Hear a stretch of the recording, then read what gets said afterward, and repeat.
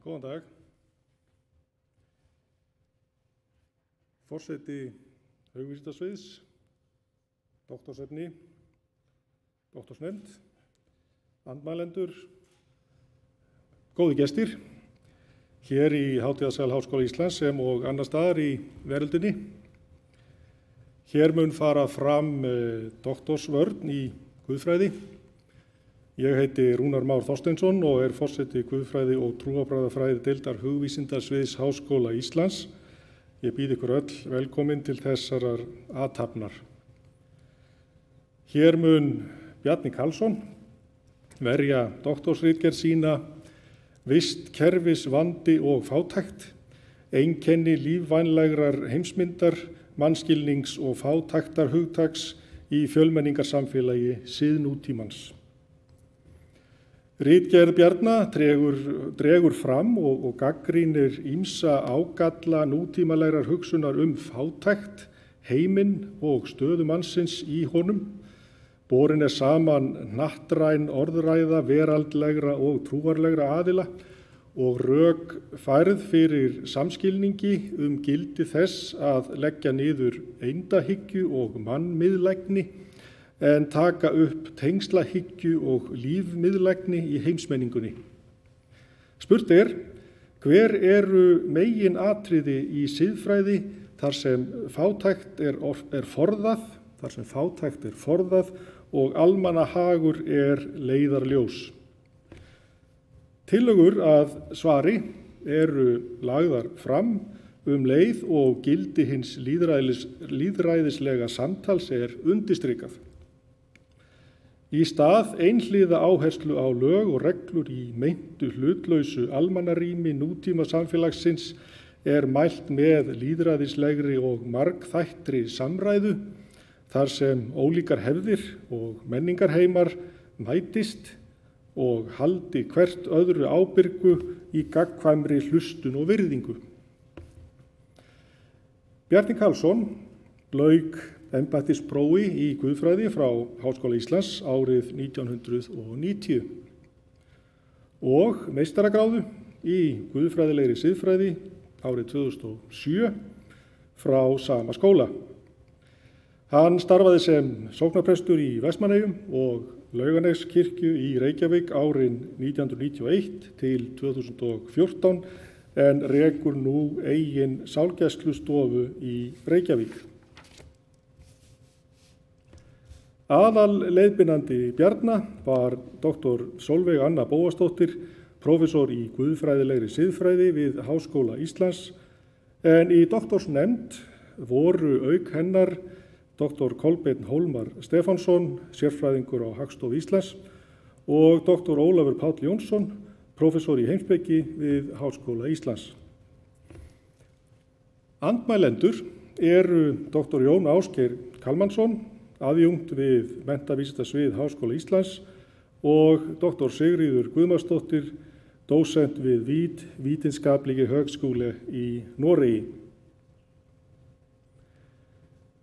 Doktorsvörnin fer þannig fram að fyrst kynnir doktorsefni ritgerð sína en síðan taka andmælendur til máls og ræða efni ritgerðarinnar og beina spurningum til doktorsefnis en doktorsefni svarar.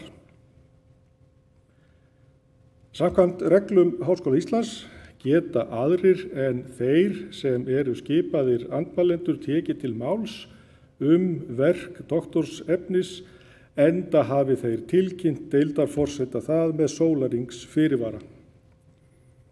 Enginn hefur óskað eftir því að taka til máls og verða því engar spurningar af því tagi eða ex auditorio.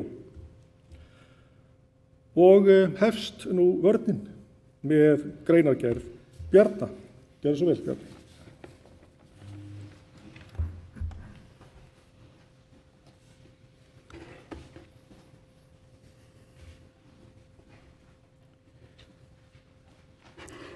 Ágæti sviðsforseti, deildarforseti, andmælendur og leiðbeinendur. Mig langar að byrja á því að þakka Háskóla Íslands fyrir að taka doktorsritgerð mína gilda til varnar og fyrir ykkar þátt í þessum viðburði. Þessi rannsókn fjallar mannkyn í hnattrænu samhengi fátæktar og vistkerfisvanda. Borin fram gagnrýni á nútíma menningu þess efnis að hana skorti vistkerfislæsi, félagslegt innsæi og þekkingu á hagvexti. Færð eru rök fyrir því að vangeta nútímans til að bera kennsla á tengsl og samhengi sé orðin að hnattrænu vandamáli sem birtist í vistkerfisvanda og fátækt. Bent á gjaldþrot nútímans sem við blasir þar sem ófæntar kynslóðir manna munu sitja uppi með vistkerfiskuld sem enginn veit hvernig á að ráðstafa. Og umliðinni öld þótti eðlilegt að ræða náttúruvernd og þróunarmál sem aðgreind og jafnvel andstæð málefni. Í opinberri orðræðu hefur almennt verið litið á stóru málaflokkana 3, umhverfismál, félagsmál og efnahagsmál sem aðgreind svið, en í dag hefur svo þróun orðið að í auknum mæli litið á þessa þætti sem innbyrðis háð málefni. Rannsóknin á sviði guðfræðilegrar og heimspekilegrar siðfræði og hefur það markmið að dýpka skilningin á fátækt og bera fram lífvænlega kristna siðfræði fyrir samtíman. Í því skyni hef ég valið að greina 4 alþjóðleg stefnuskjöl með ofangreind 3 svið í huga, umhverfismál, félagsmál og efnahagsmál, spurt að heimsmynd, mannskilningi og fátæktar hugtæki viðkomandi texta. Rannsóknin byggir á 2 spurningum.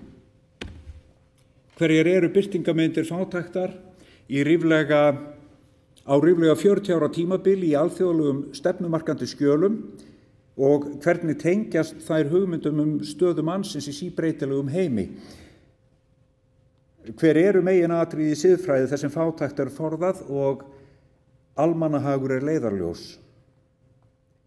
Rannsóknin textarannsókn. 3 textana sem greindir eru koma úr smiðju Sameinuðu þjóðanna. Fyrst skýrsla frá Stockholms ráðstefnunni 1972.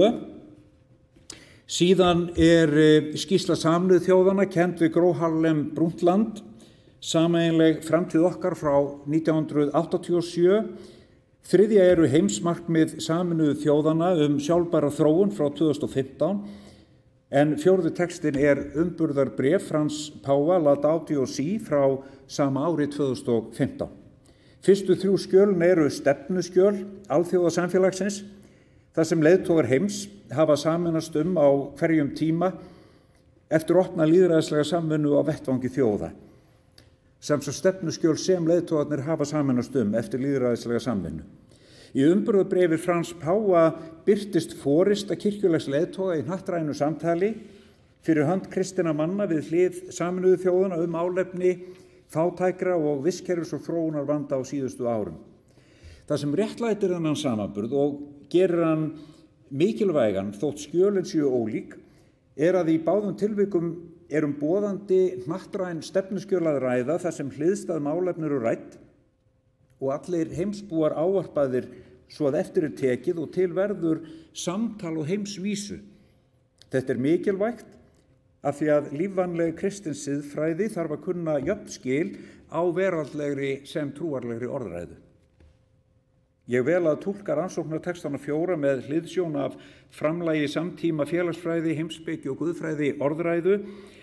Túlkun mín gagnrýnin, uppbyggileg og boðandi í senn og miðar að því að greina þróun í heimsmynd, mannskilningi og fátæktarhugtæki sem spannar rúmlega 40 ár. Fræðilegur grunnur rannsóknarinnar byggst á 2 hlutum.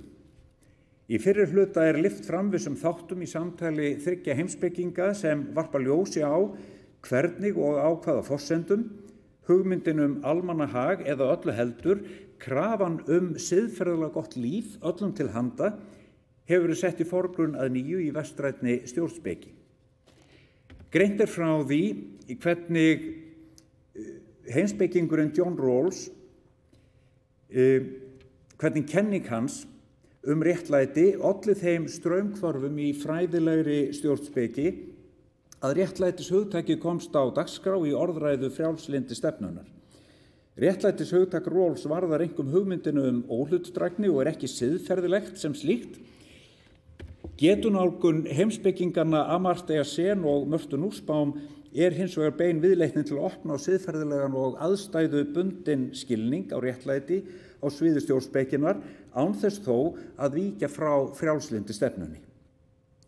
Með áherslum sínum á frelsi og reisn mannsins leggja þau seinni tvö fram siðferðilega kröfu og fara fram á það í nafni frjálslyndis að allir samborgarar deili að hluta til hugmyndum sínum það hvað sé gott og verðmætt. Þannig má segja að Sen og Nussbaum hafni hinni þekktu hugmyndum hið ógildis hlaðna almannarými nútíma samfélagsins, þar sem orðræðan takmarkast við regluverk og viðskipti, en fitji upp á opinberu samtali merkingu og tilgang sem ekki hefur átt upp á pallborðið innan frjálslyndra stjórnspeki. Í síðara hluta fræðilega þáttarins eru fleiri hugsuðir kallaðir á borðinu og fjallað helstu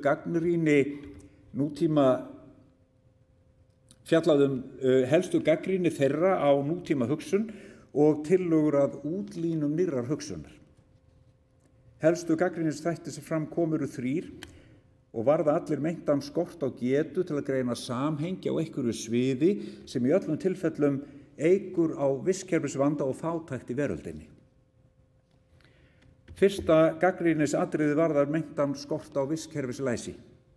Það styðst í einkum við heimspekingin Marie Clark og guðfræðingarna Elizabeth A. Johnson og Sally McFaig sem allar halda því fram að menningarbundin vangeta til að greina samhengi valdi því að við skynjum ekki raunveruleg tengsl okkar við jörðina.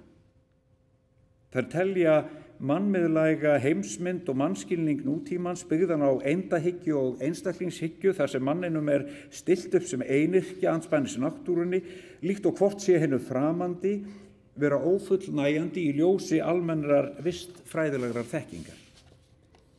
Marie Clark talar það þegar vestrænn maður horfa á tré, þá sjá hann eitt stykki tré aðgreint frá umhverfi sínu en ekki jarðveginn, andrúmsloftið, vatnasviðið, fuglana, nagdýrin og skordkvikindin og allt hitt sem veruleiki trésins. Í stað þess að horfa á innbyrðis tengsl veruleikans telur hún menninguna skilyrða hugsun okkar þannig að við sjáum hann sundur greindan í staka búta. Þetta víða sjónarhorn eða eindahyggja veldur því að í stað þess að vera næm á vöxt og viðgang lífsins erum við með hugan við keðju orsaka og afleiðinga þar sem persónur og leikendur á sviði veruleikans rekast hvert og annað í vélrænum tengslum líkt og biljardkúlur á borði í óhjákvæmilegri atburðarás sem við köllum þróun. Clark notar hugtakið biljardkúlu skynheild, biljardból gestalt í því skyn að lýsa þessari menningarbundnu samvitund. Elizabeth A. Johnson og Sally McFaig telja kristna kirkju hafa vikið af leið í þjónkun við nútíman. Johnson vekur athygli á því að fyrstu 1500 árin í 2000 ára sögu kristninnar hafi hugsun hennar verið lífmiðlæg og furða sig á því að það skyldi geta gerst að bæði kaþólsk guðfræði og mótmælanda guðfræði viki hinum náttúrulega heimi til hliðar og blíndi þröngt á Guð og hið mannlega sjálf. McFaig ræðir í þessu samhengi nútíma bandalag kirkju, ríkisvalds og efnahagslífs sem byggt hafi verið á einstaklingshyggju og mannmiðlægni. En vilji kristin kirkja standa undir þeirri hefðbundnu sjálfsmynd sinni að vera kaþólsk, það að lúta að heildinni, skilja ekkert undan, vera alheimsleg, þá varði viðfang hennar alla veröld, umhverfis, félags- og efnahagsmál. Í þessari rannsókn greint hvernig guðmiðlæg heimsmynd og mannskilningur kristninnar færum að styðja við og hlúa að hinni lífmiðlægu heimsmynd, hinni lífmiðlægu sýn eftir nútímans. Auk þess að byggja heimsmynd sína og mannskilning á náttúruvísindalegri lífmiðlægni byggir kristin guðfræði eftir nútímans á trúnni á skapara og gjafara alls sem og horfir á veruleikan sem ástargjöf. Í ljósi trúarinnar á holdtekju Guðs í Jesú játa þau sem eru kristin skyldleika sinn við allt skapað og mega líta á vistkerfið sem frændgarð og veröldina alla sem líkama Guðs. Trúin á þríeinan Guð varpar síðan ljósi á tengsla eðli heimsins að kristnum skilningi.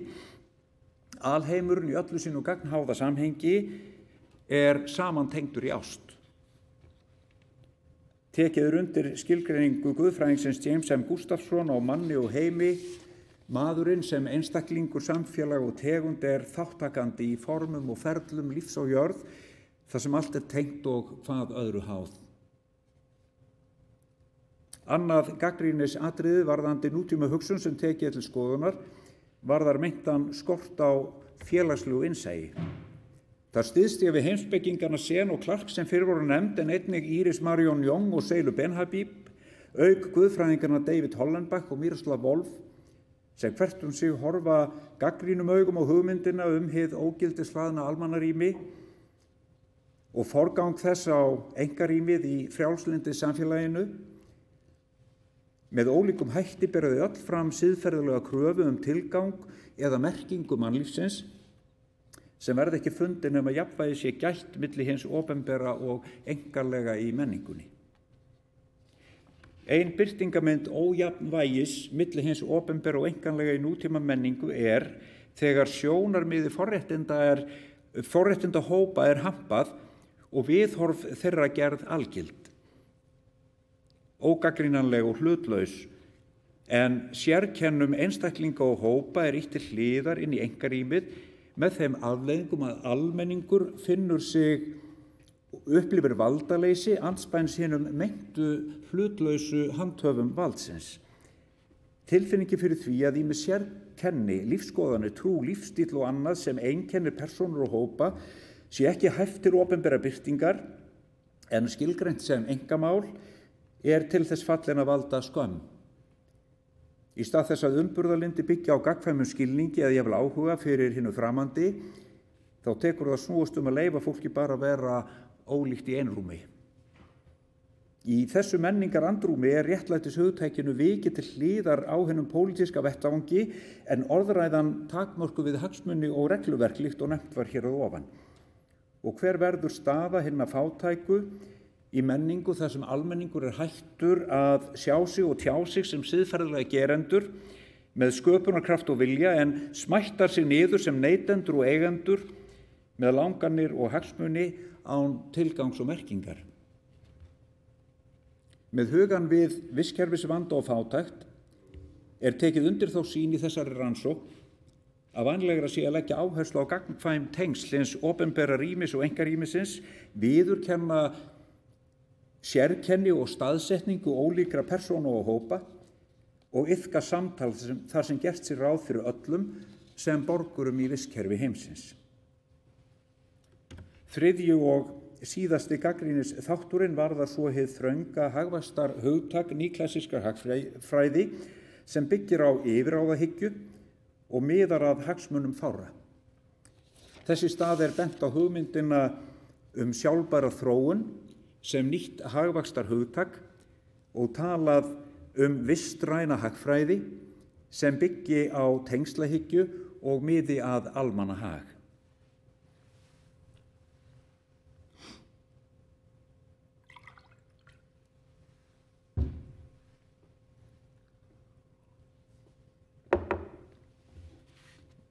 Horfum nú á stóru málin og hugsum til framtíðar. Stóru málin eru umhverfismál, félagsmál og efnahagsmál. Bent var á að forsenda nýrrar hugsunar varðar vistkerfislæsi, félagslegt innsæi og þekkingu og hagvexti.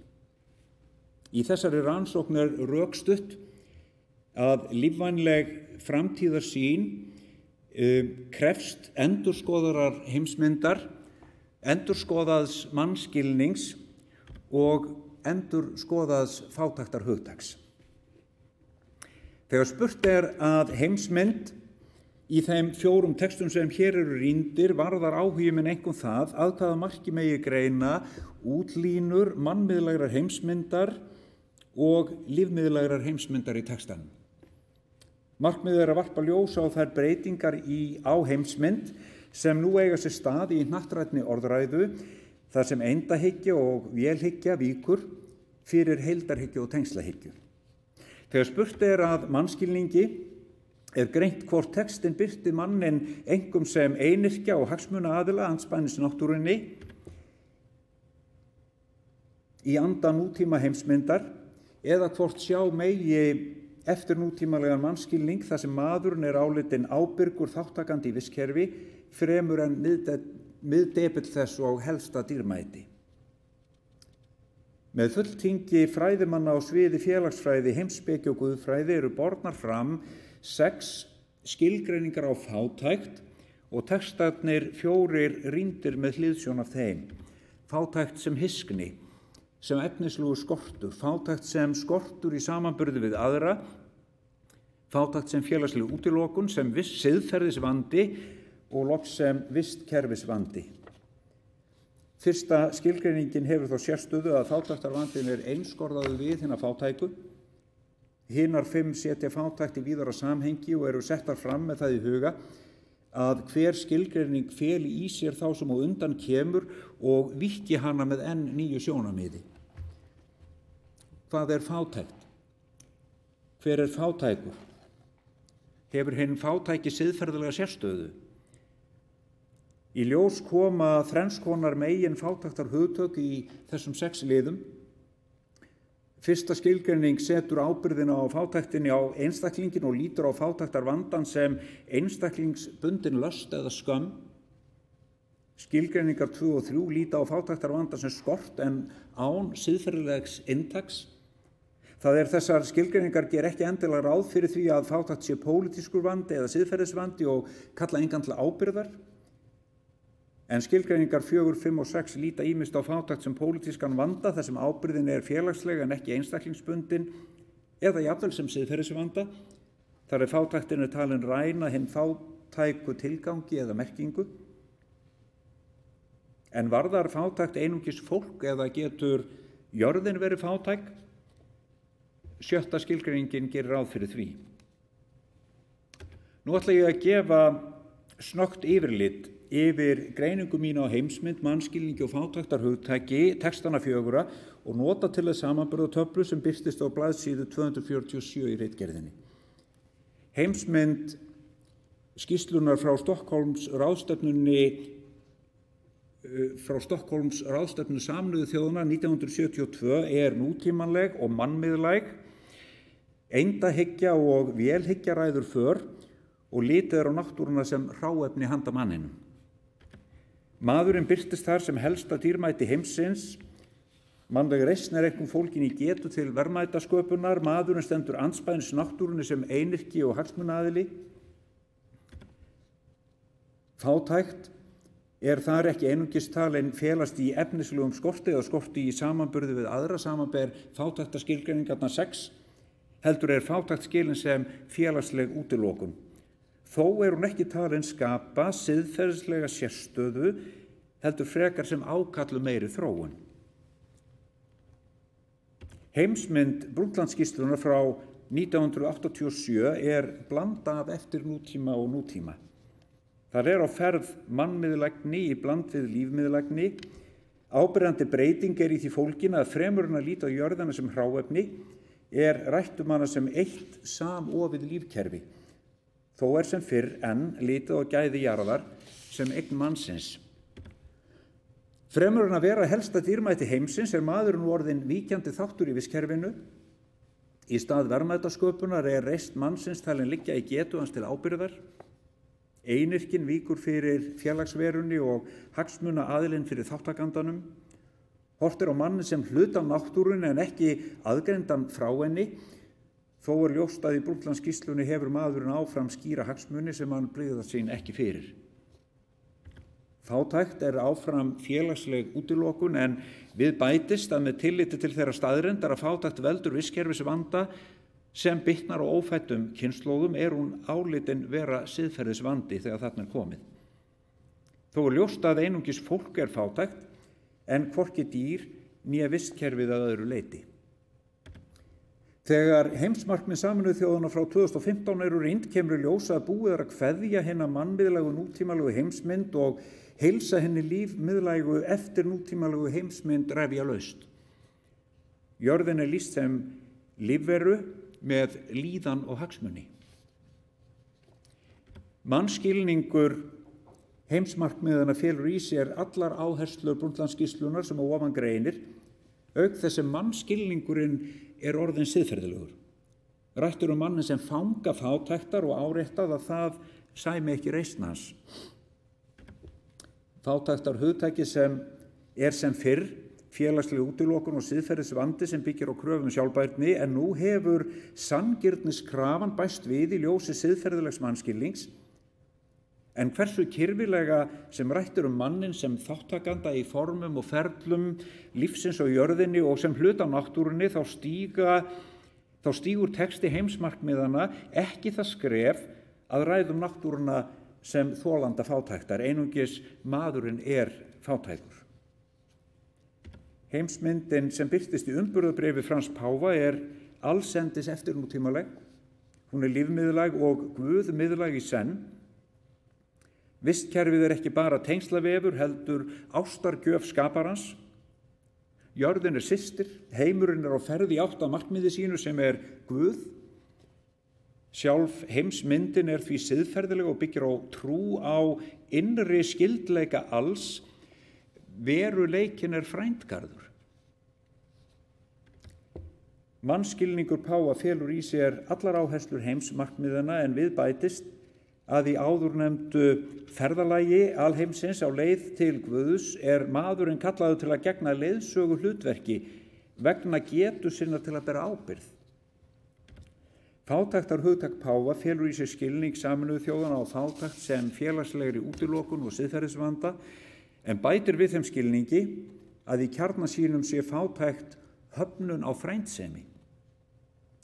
Náttúruvísindin sýna hvernig allt er tengt. Fátækt veldur vistkerfisvanda og vistkerfisvandi veldur fátækt. En guðsþekkingin áréttar að mati Páfa skyldleika alls. Náttúran og hinn fátæk vera á sama báti. Vistkerfi jarðar er fátækt, systir jörð er fátæk, líkt og milljónir manna í heiminum.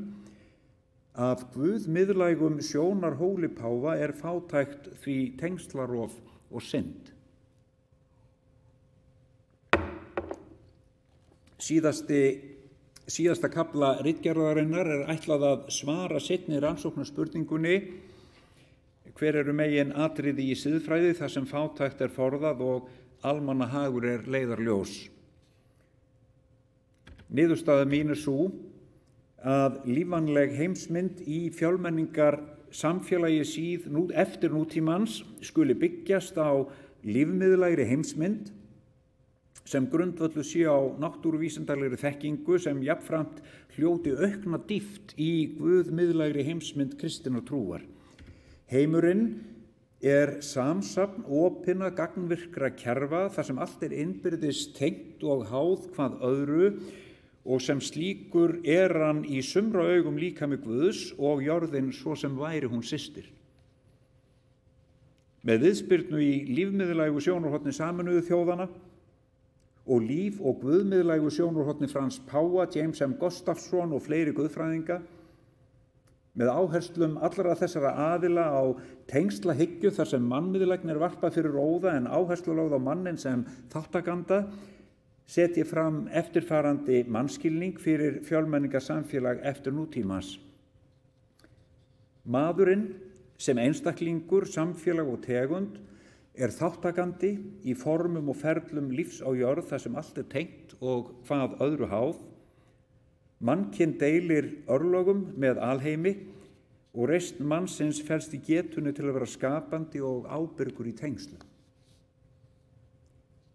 Í leit að lífvænlegu fátæktarhugtaki fyrir fjölmenningar samfélag eftir nútímans vil ég styðjast við hugmyndin fátækt sem félagslega útilokun og siðferðisvanda í sinni lífmiðlægu nálgun, leið og ég tel gagnlegt að halda á lofti hinnu guðmiðlæga sjónarhorni skyldleika alls við Guð og Guðs við allt í ljósi trúarinnar á holdtekju hins þríeina gjafara.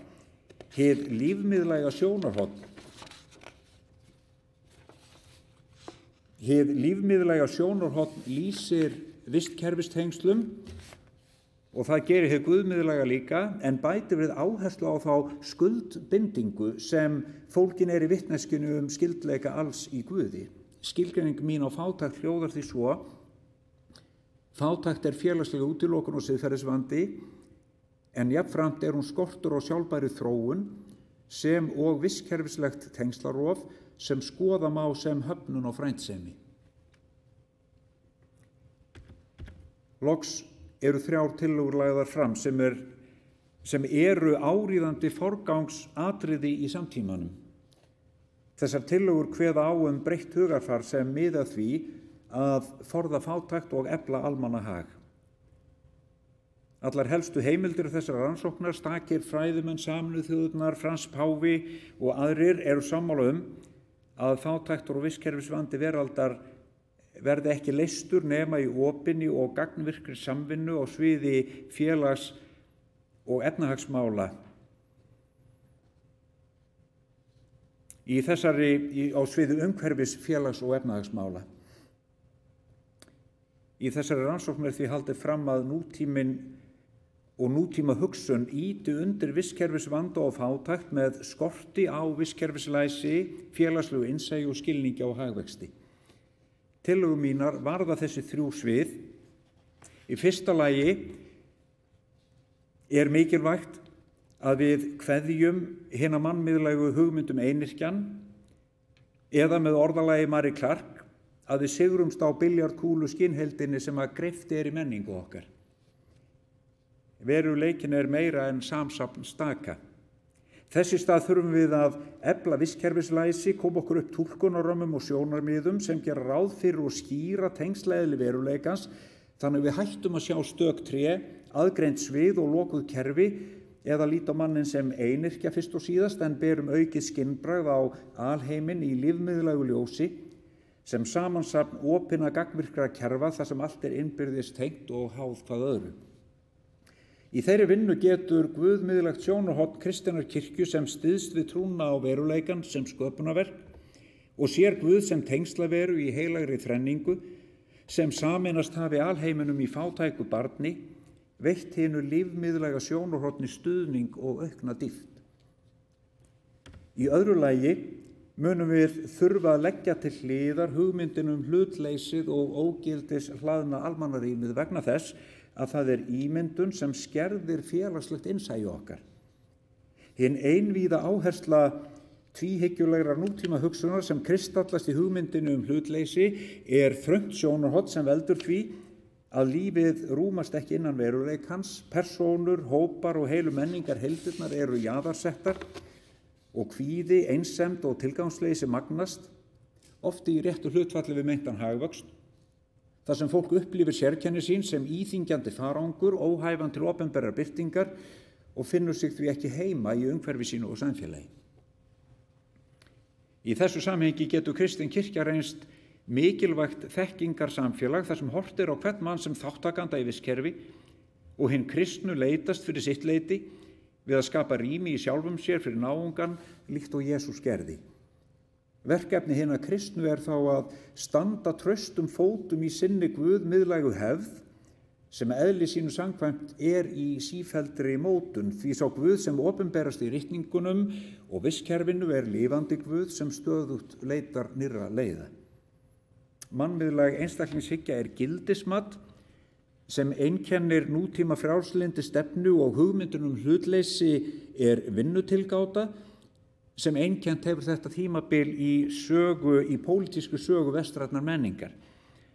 Nú vitum við hins vegar maðurinn ekki helsta dýrmæti heimsins, heldur hann þáttakandi í vistkerfi og sem slíkur hann alltaf staðsettur.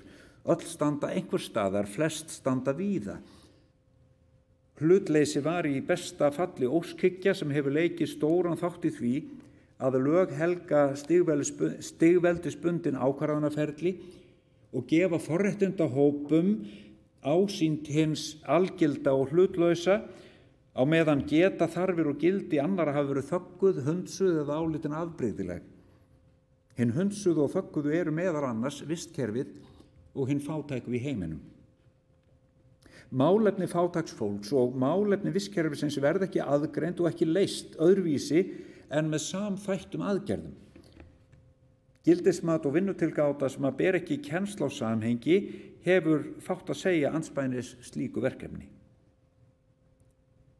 Þriðja tillagan er að lokum sú að við leggjum af hið þrönga hagvaxtar hugtak nýfrjálshyggjunnar og viðurkennum sjálfbæra þróun sem hagvöxt. Vistræn hagfræði hugar að samhengi og tengslum, viðurkennir gildi alls lífs og hlúir að viðgangi þess. Þá tók drottinn Guð manninn og setti hann í aldingarðinn Eden til þess að yrkja hann og gæta hans. Margt kristið fólk myndi telja að hér sé lögð fram verklýsing allra verklýsinga, að inntak allrar góðrar iðju sé að yrkja og gæta. Undir það er tekið hér. Ræktun krefst þekkingar og virðingar fyrir samhengi. Samhengi mannsins er vistkerfið með öllum sínum formum og ferlum. Sem vistkerfislegur heimsborgari hefur maðurinn að kristnum skilningi það hlutverk að hlúa að lífinu og gæta þess, þannig að það fái notið sín á eigin fjölbreyttu forsendum í nútíð og framtíð. Þannig styður Guð miðlæg hugsun við þann skilning að raunverulegur hagvöxtur felist í sjálfbærri þróun. Mannkyn stendur nú frammi fyrir fordæmalausum vanda þar sem fátækt og vistkerfismál knýja á með áður óþekktum hætti. Hér er ekki fullyrt aðra menningar heima en staðhæft að vestrænn nútími sé gjaldþrota með tilvísun til þeirrar skelfilegu vistkerfisskuldar sem stofnað hefur verið til á kostnað ófæddra kynslóða. Eigi börnun okkar að eiga von í veröldinni verðum við að umbylta hugarfari okkar. Í stað mannmiðlægni þarf lífmiðlægni að setjast að völdum. Í stað hugmyndarinnar hlutleysið þarf að viðurkenna staðsetningu allra og í stað hins þrönga hagvaxtar hugtaks þurfum við að iðka sjálfbæra þróun. Fátækt er vistkerfisvandi er fátækt, hugarfarið sem veldur öðru, veldur einnig hinu. Fylgið ekki háttsemi þessa heims, skrifar Páll postuli. Fylgið ekki háttsemi þessa heims. Látið heldur umbreytast með hinu nýja hugarfæri og lærið svo að skilja hver sé vilji Guðs, hið góða, fagra og fullkomna. Amen.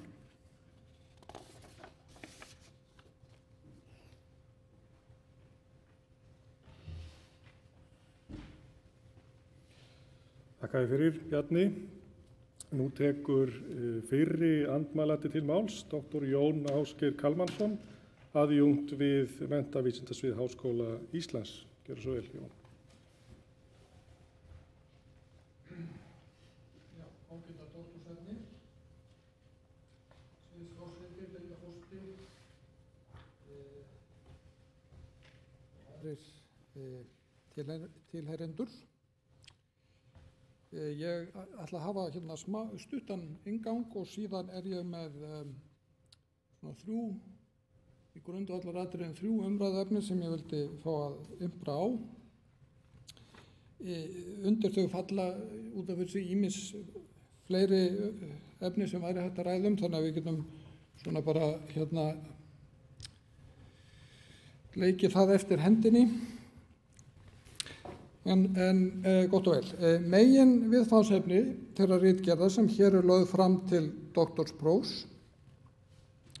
er eins og lýst er í inngangi hennar að dýpka skilning á fátækt og bera fram lífvænlega kristna siðfræði fyrir íslenskan samtíma. Í inngangi ritgerðarinnar ræðir höfundur nokkuð sögu fátæktar og þróun fátæktarhugtaksins auk þess að kynna til sögunar umhverfis, guðfræði og siðfræði. Veigamesti hluti ritgerðarinnar, kaflar 4-8, er fólginn í textarannsókn þar sem tekin eru til greiningar 4 alþjóðleg stefnuskjöl, 3 tengd Sameinuðu þjóðunum og 1 úr ranni páfans í Róm.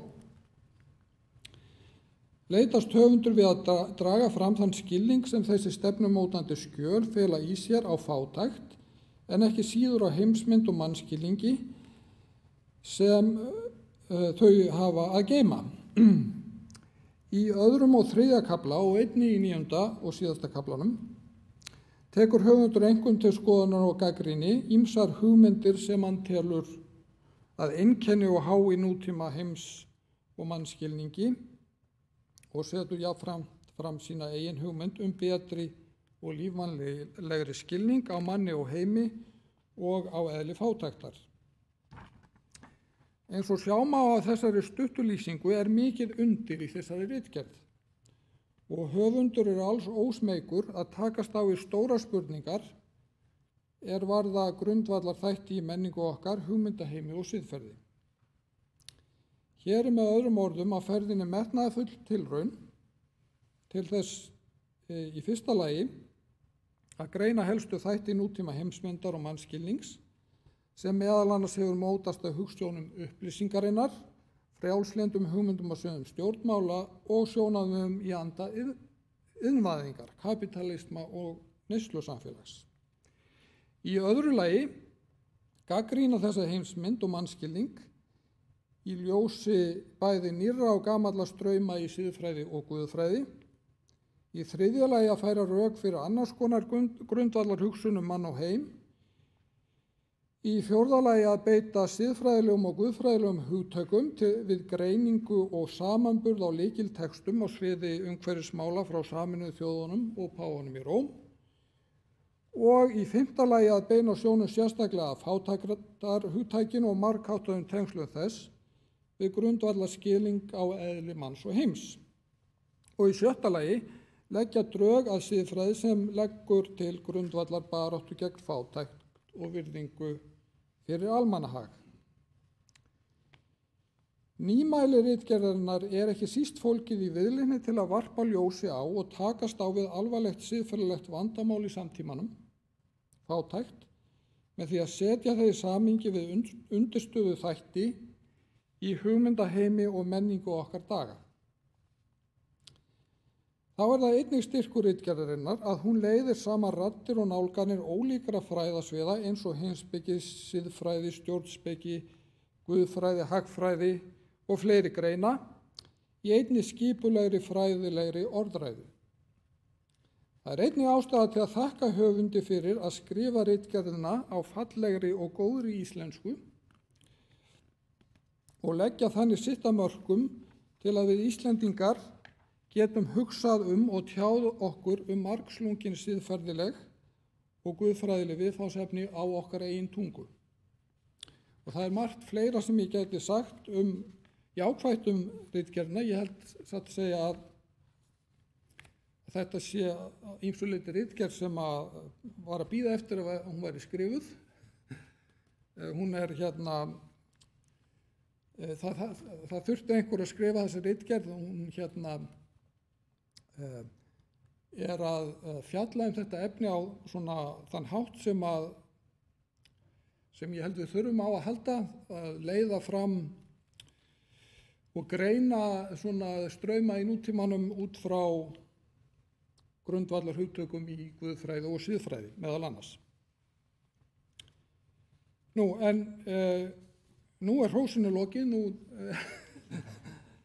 ég verð að fara varlega því að hlutverk mitt hér að vera andmælandi og þannig að nú kemur að svona spurningum og umræðuefnum. Það fylgir því á hinn bóginn óneitanlega töluverð áhætta þegar höfundur tekur sér fyrir hendur að fjalla ekki aðeins tiltekinn félagslegan og siðferðilegan veruleika á borð við fátækt, heldur að setja hann í samhengi við almenn og alltumlíkjandi hugtök eins og heimur og maður og setja í leiðinni fram víðtæka gagnrýni á grundvallar þætti í vestrænni menningu. Ein augljós áhætta að minnstakosti sum viðfangsefni og hugtök sem liggja umræðunum til grundvallar fá ekki þá ígrunduðu umfjöllun sem æskilegt væri. Ég tek það fram að ég glaður að Bjarni tók þessa áhættu, en í framhaldinu staldra ég engu að síður við 3 atriði sem ég vildi gjarnan fá hann til að ræða aðeins nánar og varpa eftir vill skýrara ljósi á. Og þá komið að fyrstu spurningun eða fyrsta umræðuefninu. Fyrsta spurningin mín varðar sjálft kjarnahugtak ritgerðarinnar, fátæktina, og tengsl þess við önnur umfjöllunarefni ritgerðarinnar. Spurninguna mætti orða svona: í ritgerð sem hefur það yfirlýsta markmið að dýpka skilning okkar á fátækt, hvers vegna telur nauðsynlegt að verja svo stórum hluta ritgerðarinnar sem raun ber vitni í að ræða önnur og að því virðist við fyrstu sýn fjarskyld hugtök eins og almenn hugtök eins og maður og heimur, eða til dæmis eins og í öðrum kaflanum að ræða sáttmálakenningar í siðfræði. Hvaða nýja ljósi bregður umræðan þessi hugtök á skilning okkar á fátækt? Það má bæta við þessa spurningu þeirri athugasemd að fátækt hefur fylgt mannfólkinu frá upphafi vega. Og eiginlega hvað sem líður hugmyndum þess á hverjum tíma eðli manns og heims. Það má líka bæta við þeirri athugasemd að á síðustu áratugum hefur náðst eftirtektarverður árangur í viðleitninni til að draga úr fátækt í heiminum og virðist með að rekja hann á stórum hluta til nálgunar á vandan í anda upplýsingarinnar. Það að segja með því að beita vísindalegri hugsun og menntun, bæta hreinlæti og heilsugæslu, koma á frjálsum viðskiptum, byggja upp innviði og svo framvegis. Engu að síður fær upplýsingin sem lífsviðhorf ekki jákvæða umsögn í þessari ritgerð. Spurningin vaknar því aftur: hver skilningur ritgerðarinnar á sambandinu milli fátæktar annars vegar og grundvallar viðhorfa til manns, heims, samfélags, hagkerfis hins vegar? Og hvers vegna telur þú nauðsynlegt að eyða svo miklu púðri í þessi grundvallar viðhorf í umfjöllun þinni fátækt?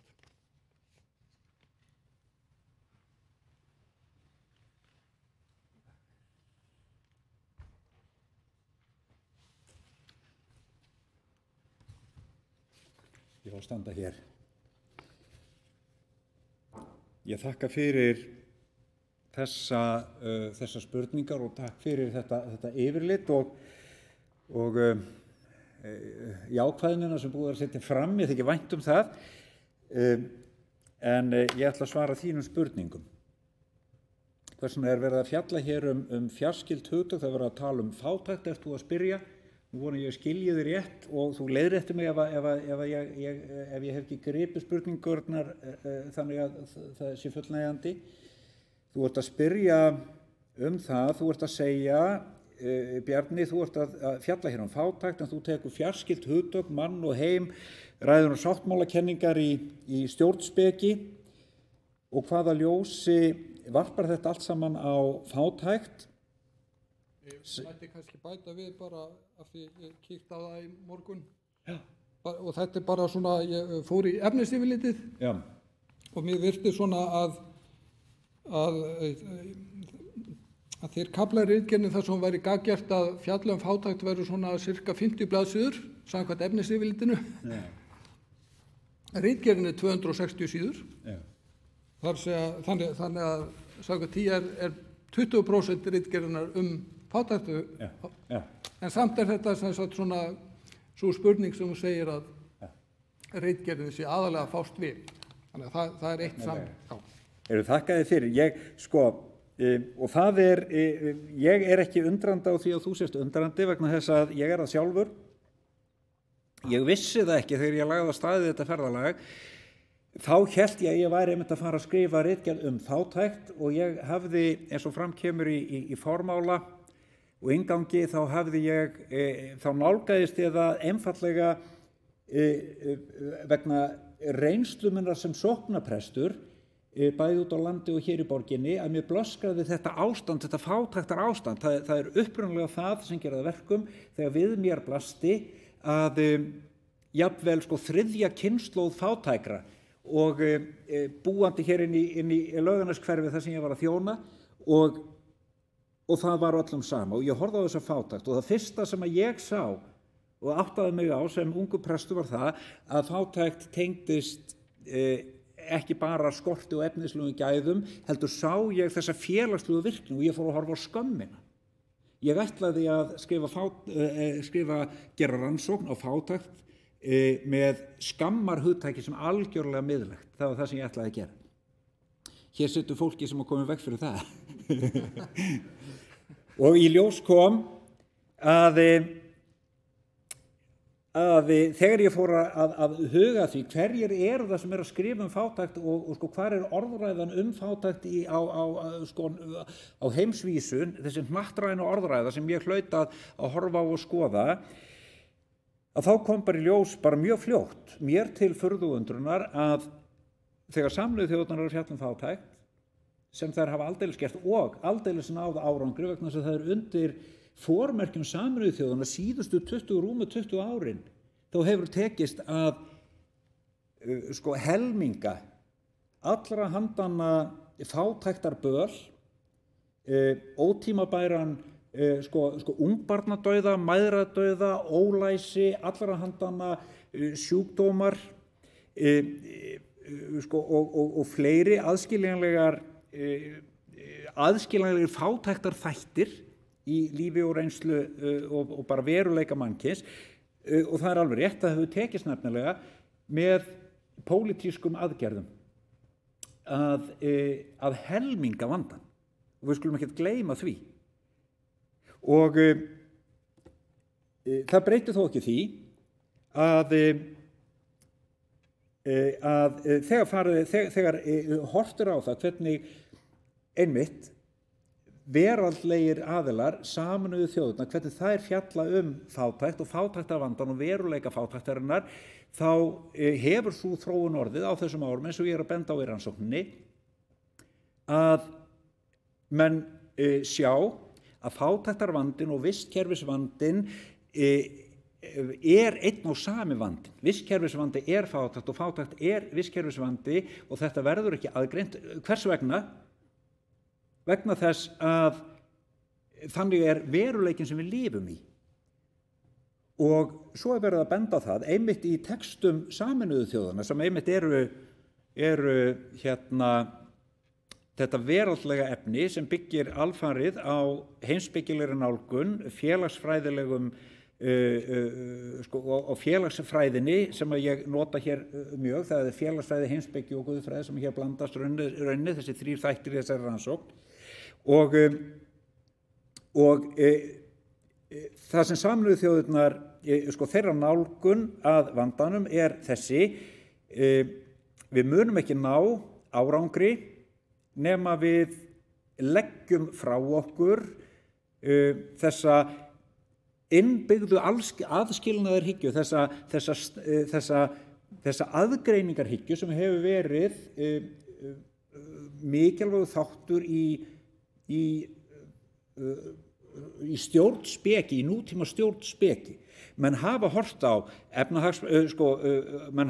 umhverfismál, félagsmál og efnahagsmál sem aðgreinda málaflokka. Menn hafa horft á jafnframt á þjóðríki, þannig að hvert þjóðríki menn væri bara skuldbundnir að stjórnendur á hverjum stað, semst yfirvöld í hverju ríki væri skuldbundin sínum þegnum og menn hafa horft semst á ríki aðgreind og þannig að málaflokkar, svið og svæði hafa verið svo sterklega aðgreind og það sem Sameinuðu þjóðirnar eru að benda á sem og aðrir heimildamenn mínir nákvæmlega þetta. Ef við ætlum að ná að ávarpa fátæktarvandann þá verðum við að gera það í þessu margvíða ljósi. Þannig að ég sit uppi með, á endanum kom mér á óvart að fátæktarskilgreiningin sem ég enda með því að hafa í höndunum svo að horfa á fátækt sem félagslega útilokun og siðferðisvanda og sem vistkerfisvanda.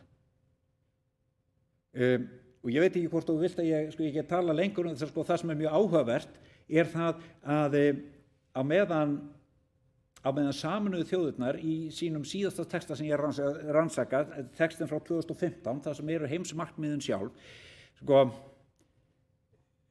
þar fátæktin, það svo áhugavert að sjá það að það svo mikið spenna í texta Sameinuðu þjóðanna að þar eru allar forsendur til þess að skilgreina fátækt sem vistkerfisvanda, en það samt ekki stigið það skref ennþá inn í samhengi Sameinuðu þjóðanna. En svo kemur Frans Páfi og hann leyfir sér að gera það, hann gerir það og þannig tekur í rauninni að mínum dómi, mér virðist það vera að Frans Páfi taki ákveðið frumkvæði og að sjálfsögðu hann ekki einn að hugsa, það ekki þannig þó að þetta sé ekki lýðræðisleg vinna eins og hjá Sameinuðu þjóðunum, hann sem guðfræðingur og sem leiðtogi birtir siðferðilega heimsmynd þar sem að og fátæktarhugtak þar sem að fátæktarvandinn vistkerfislegur og á endanum þá það hann sem að ber það fram sem að ég vil taka undir og ég held að sé gríðarlega heilbrigt fyrir samfélag allra, fyrir þjóðfélögin, fyrir orðræðu, hina hnattrænu orðræðu. Að við sjáum og viðurkennum að hinn fátæki ekki bara fólk, það ekki bara manneskjur sem eru fátækar, heldur vistkerfið, það líður fátækt og þess vegna og þannig svara ég þessu. Ástæða þess að ég fjalla fjarskyld hugtök eins og mann og heim þegar ég að fjalla fátækt þetta að á þessu ferðalagi sem hefur tekið 7, bráðum 8 ár þá dagaði það upp á mig á ferðalaginu í rannsókninni mér til furðu að ég varð að taka þessi málefni öll til skoðunar ef ég ætti yfir höfuð að geta ávarpa vandann og það dálítið skrítið og það hreinlega það veldur mér óþoli vegna þess að ég fór af stað í því óþoli að ég var alltaf og alltaf að horfa á fólk sem að líða fátækt núna, að lifa skort núna og lifa þá skömm og þá félagslegu vansæmd sem að fylgir fátækur í íslensku nækta samfélagi. Það neyðin sem ég var að horfa upp á, það sem að rak mig upphaflega af stað. Svo fer ég af stað og það virkar eins og allt þvælist fyrir, að ég verði bara taka tillit til svo margs og horfa á svo margt í einu. Ég vorði að anda inn í þetta og taka mér þá stöðu vegna þess að ég get ekki skrifað guðfræðilega siðfræði einmitt þessi gríðarlega stóru mál sem náttúrulega stærstu málefni, þetta hinn hnattrænu málefni. Ég get ekki gert það öðruvísi en að það hefur alltaf fjölgað sviðinu sem ég orðið að taka og það hefði verið hægt að taka svo margt fleira inn. Hér situr einmitt fólki sem kom líka í veg fyrir það. Hef ég svarað? Svo það þetta með sáttmálakenningarnar, það er náttúrulega margt það að segja, sáttmálakenningar í... Já, ef ég mætti bara þá kannski aðeins fylgja eftir að, þú talar þetta upphaflega hafið það verið fátæktin og skömmin. Já. Það var eitt af því sem ég velti fyrir mér þegar ég las ritgerðina, að það kannski hefður alveg mátt fjalla þá meira einmitt þetta sem þú varst að hugsa í upphafi, að hvað þýðir fátækt fyrir mannesku, niðurlægingin og skilurðu, mér dettur bara í hug Dostojevskí, hann lýsir fátækt á svo skýran og nöturlegan hátt, þannig að það þú hefði kannski bara átt að Já, og þetta þegar maður að ná tökum, auðvitað í eðli sínu sko, mér hefur líka orðið það ljóst í þessu ferli, má ég svara þér? Já. Mér hefur líka orðið það ljóst í þessu ferli að það að gera doktorsritgerð, sko, ég að smíða, þetta sveinstykki og ég að reyna að vanda mig og núna bara í gær kom ég auga á feila, sko, þegar ég að lúslesa allt, sko, ég sé þarna, þetta eins og að mála herbergi, sko, mála stofuna heima, sko, þú málar og svo koma gestir og þú veist alveg hvar misfellurnar eru, hinir sjá það kannski ekki, sko, en maður veit hvar misfellurnar eru, ég veit misfellur í þessu verki mínu sem að hérna eru ferlega, sko, en þetta er sveinstykki og svo kemur það í ljós, það er einmitt þetta sem mér liggur á hjarta og ég vonast til þess í framhaldinu í stað þess að skrifa ritrýndargreinar þá sé ég meira fyrir mér að einmitt að finna leiðir til þess að miðla þessum upplýsingum og þessari guðfræðilegu heimspekilegu orðræðu inn í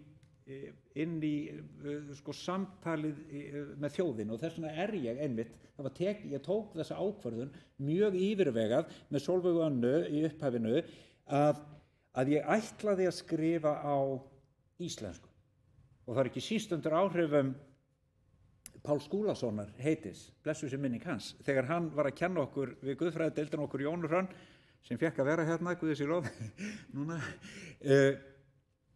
þegar hann var að kenna okkur, hann stóð fyrir framan okkur og hann sagði, talið á íslensku, hugsið á íslensku, tjáið ykkur á íslensku vegna þess að þið þurfið það hlutverk ykkar sem kennimanna að bera fram og orða íslenskan veruleika. Og hann var alltaf að leggja áherslu á þetta við okkur, hugsið á íslensku. Og það var dálítið undir þeim áhrifum sem ég hugsaði, já, ég fer á stað, ég geri þetta, ég prestur. Ég að undirbúa predikun og ég ætla að tala á íslensku. Já, ég kannski vil aðeins halda ennþá lifandi þessari spurningu, sko, hver er skilningur ritgerðarinnar á sambandinu milli fátæktar annars vegar og grundvallar viðhorfa til manns og heims hins vegar? Því að, sko, þú ert svona mjög gagnrýninn og neikvæður gagnvart svona, já, mörgum straumum í nútíma menningu og hugmyndaheimi. Já. Og maður svona veltiði fyrir sér, sko, ertu alveg, sko, sanngjarn eða raunhæfur, sko, því að eins og ég myndist á, sko, hvernig tökustu á við þennan vanda? Og það er alveg, ég er alveg sammálaður, það er þarna einhver svona hugmyndafræðileg veila sem við þurfum að hugsanlega algjörlega breyta, sko. En er ekki eitthvað þarna gott í upplýsingunni? Já,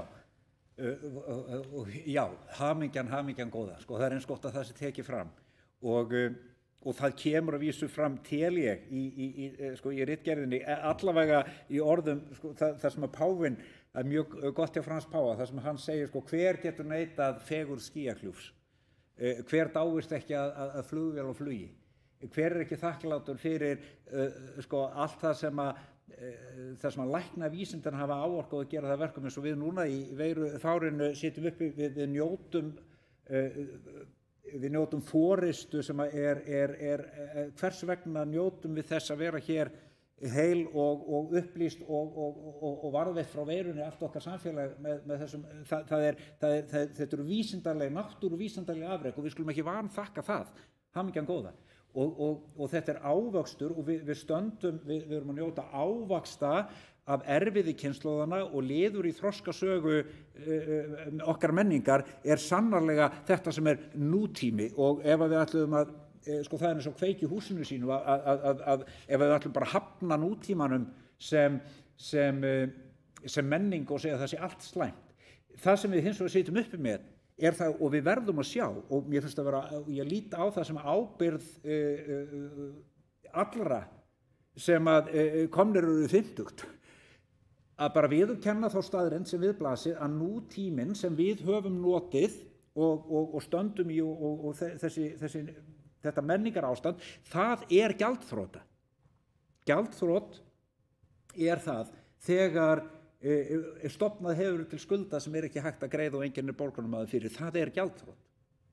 Og það akkurat það sem við blasir að nútíminn, það reikniskekkja í nútímanum sem svo alvarleg og svo gjörtæk að við erum búin að varpa vistkerfisskuld inn í óljósa framtíð sem enginn veit hvernig eru greidd, nema það alveg vita, við munum ekki greiða hana, ekkert okkar sem situr hérna inni mun greiða þá skuld. Og það þetta sem þetta frumforsendan, og svo ég að reyna að sjá, hvað það varðandi nútíma hugsun sem skakt. Og ég horfa á þessi meginatriði, þessi umhverfismál, félagsmál, efnahagsmál, sem eru hin stóru mál allrar orðræðu, bara hnattrænnar orðræðu, og ég að reyna að greina með eins mikilvæg ábyrgð mér unnt, hvar liggja veilurnar á þessum þremur sviðum. Og það sem og þar liggja mínar niðurstöður. Krafan það að við gerum það sem okkar valdi stendur til þess að auka vistkerfislæsi, krafan það að við aukum félagslegt innsæi og það að við útvíkkum hagvaxtar hugtækið sem augljóslega byggt á of þröngu heimildavali. Og nú erum við með hagvaxtar hugtæk sem til hefur orðið einmitt í öllu þessu samtali sem hugtæki sjálfbær þróun. Og þannig að já, þetta það sem ég að reyna að gera, og svo ég leið að reyna að útskýra það hvernig af því svo stend ég hér. Einn af ágöllum nútíma hugsunar og nútíma menningar og það gagnrýni mín sem náttúrulega fengið annars staðar frá. Það helst frá Iris Marion Young og David Hollenbach og fleirum, en þetta eru svona þeir tveir stóru hugsaðir sem ég styðst við. Þegar ég að gagnrýna að horfa á veilur þegar kemur að getu nútímans til að greina félagslegt samhengi.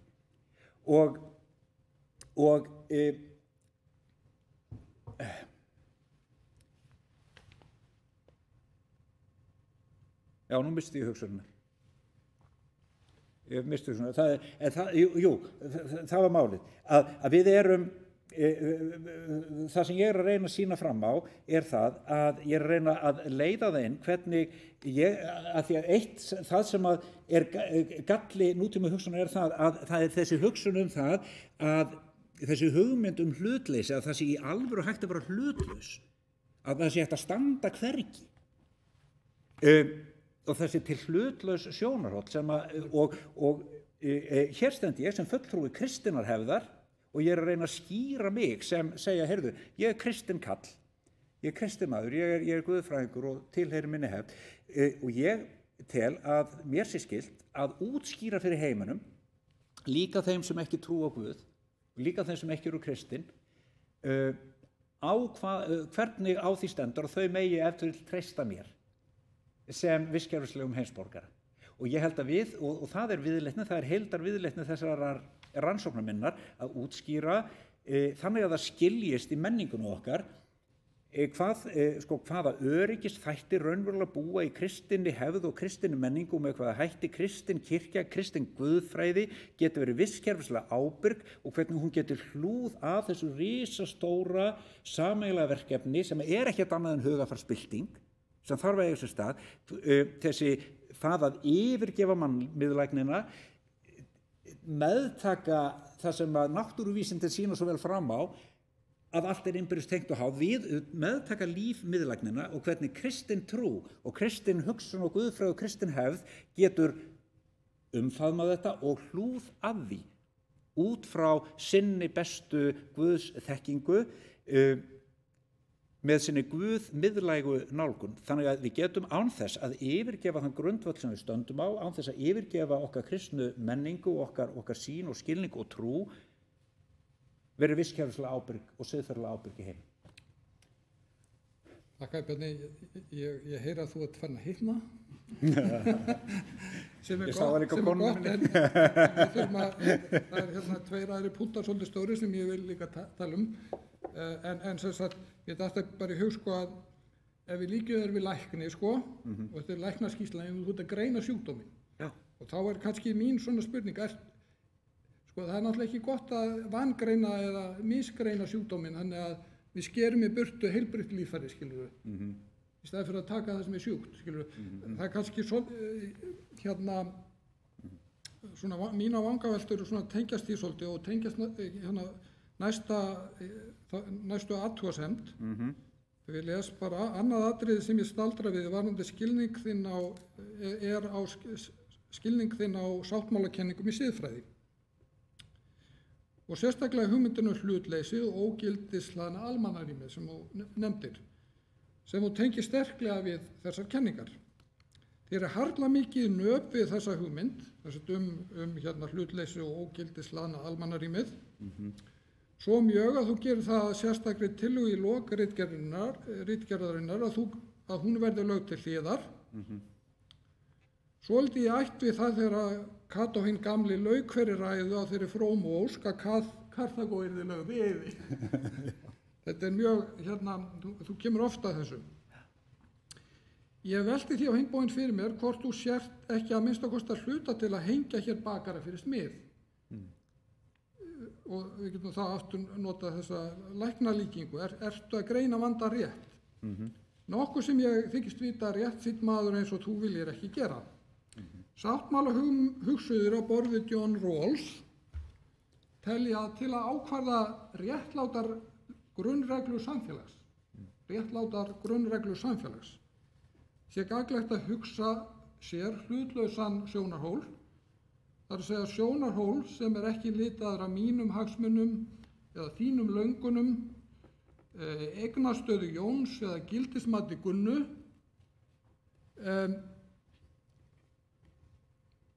hvað sem okkur kann að finnast réttlætiskenningu Rawls eða annara sáttmála hugsuða, þá virðist mér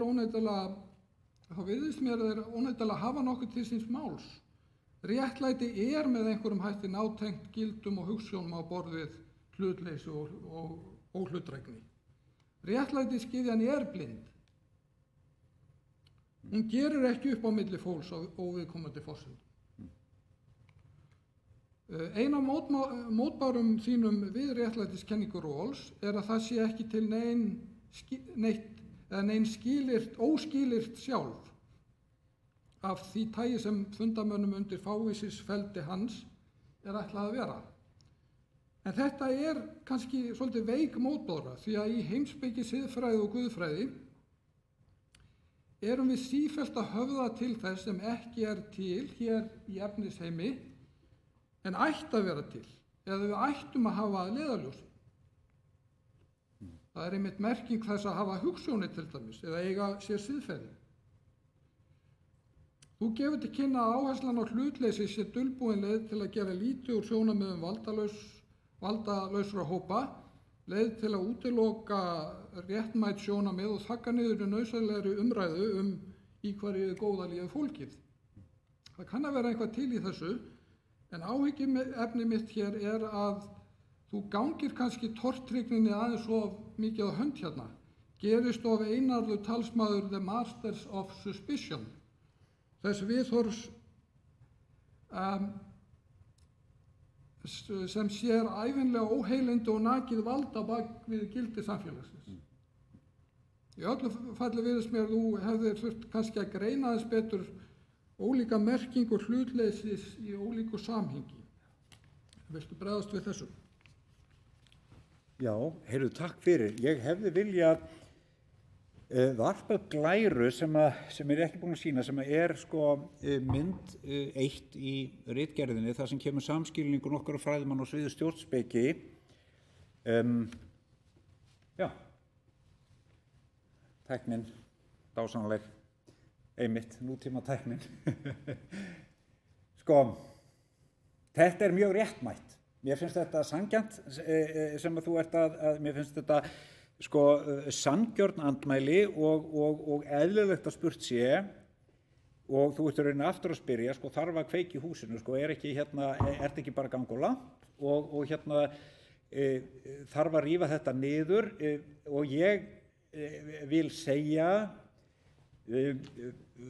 sko, ég bara ekki góður til þess að skoða textan og velta því fyrir mér hvort að ég geri það í þessum sko, hvort að ritgerðin sem slík, hvort að í rannsókninni sé þetta svona róttækt, eða réttara sagt, ég held að sé gott að ég held að það sé mjög mikilvægt að ég ber ekki fram guðfræðilega siðfræði þar sem að er beinlínis sko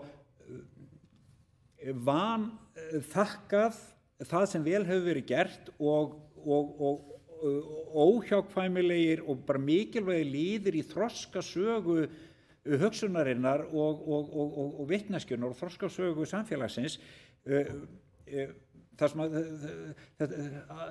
að kaflar eru vanþakkaðir eða einhvern veginn rakkaðir niður og ég held að mér finnst þegar ég les Amartya Sen sem náttúrulega ein af þessum uppgötunum á leiðinni sem að bara magnaður hugsuður sko þessi gagnrýni kjarninn í gagnrýni minni á sáttmálakenningar siðfræði er frá úr hans hugsun þar sem hann segir einmitt að sáttmálakenningar í stjórnspeki séu gríðarlega sko virðingaverðar og mikilvægar allt frá því að Thomas Hobbes lagði fram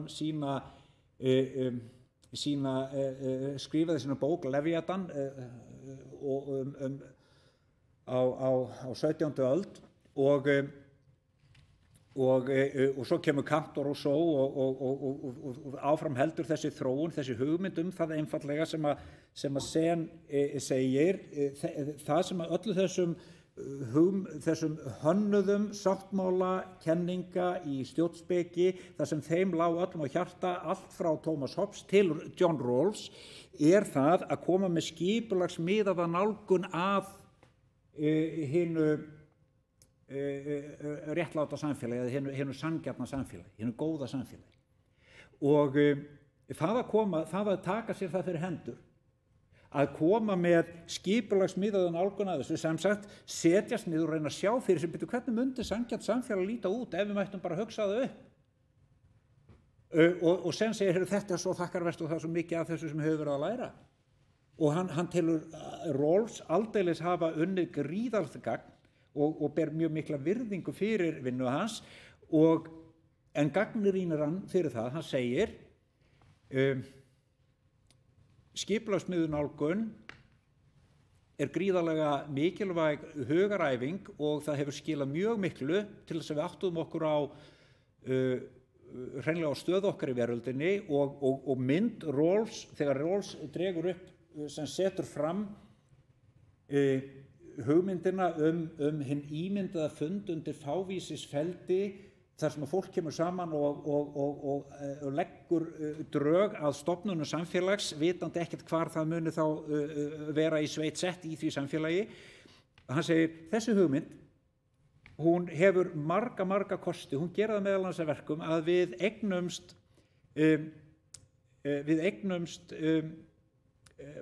að tilhneiging okkar til þess að taka lífsgæði okkar sem sjálfgefin, taka stöð okkar sem sjálfgefna, okkur hjálpað út úr því, við eignumst sýn á okkar eigin félagsstöðu og svo framvegis. En hversu góð sem þessi æfing og hversu regla sem hún þá hún að mati Sen og líka Mörtu Nussbaum og líka Iris Marion Young og Seilu Ben-Habib og annara sem ég hef verið að vinna með, þá þetta fólk að segja og sérstaklega Sen og Nussbaum, heyrðu við, þetta þessi skipulagsmiðaða nálgun að veruleikanum, svo góð sem hún og svo ágæt og mikilvæg, þá hún ekki nógu gagnleg til þess að takast á við veruleikan eins og hann kemur af skepnunni.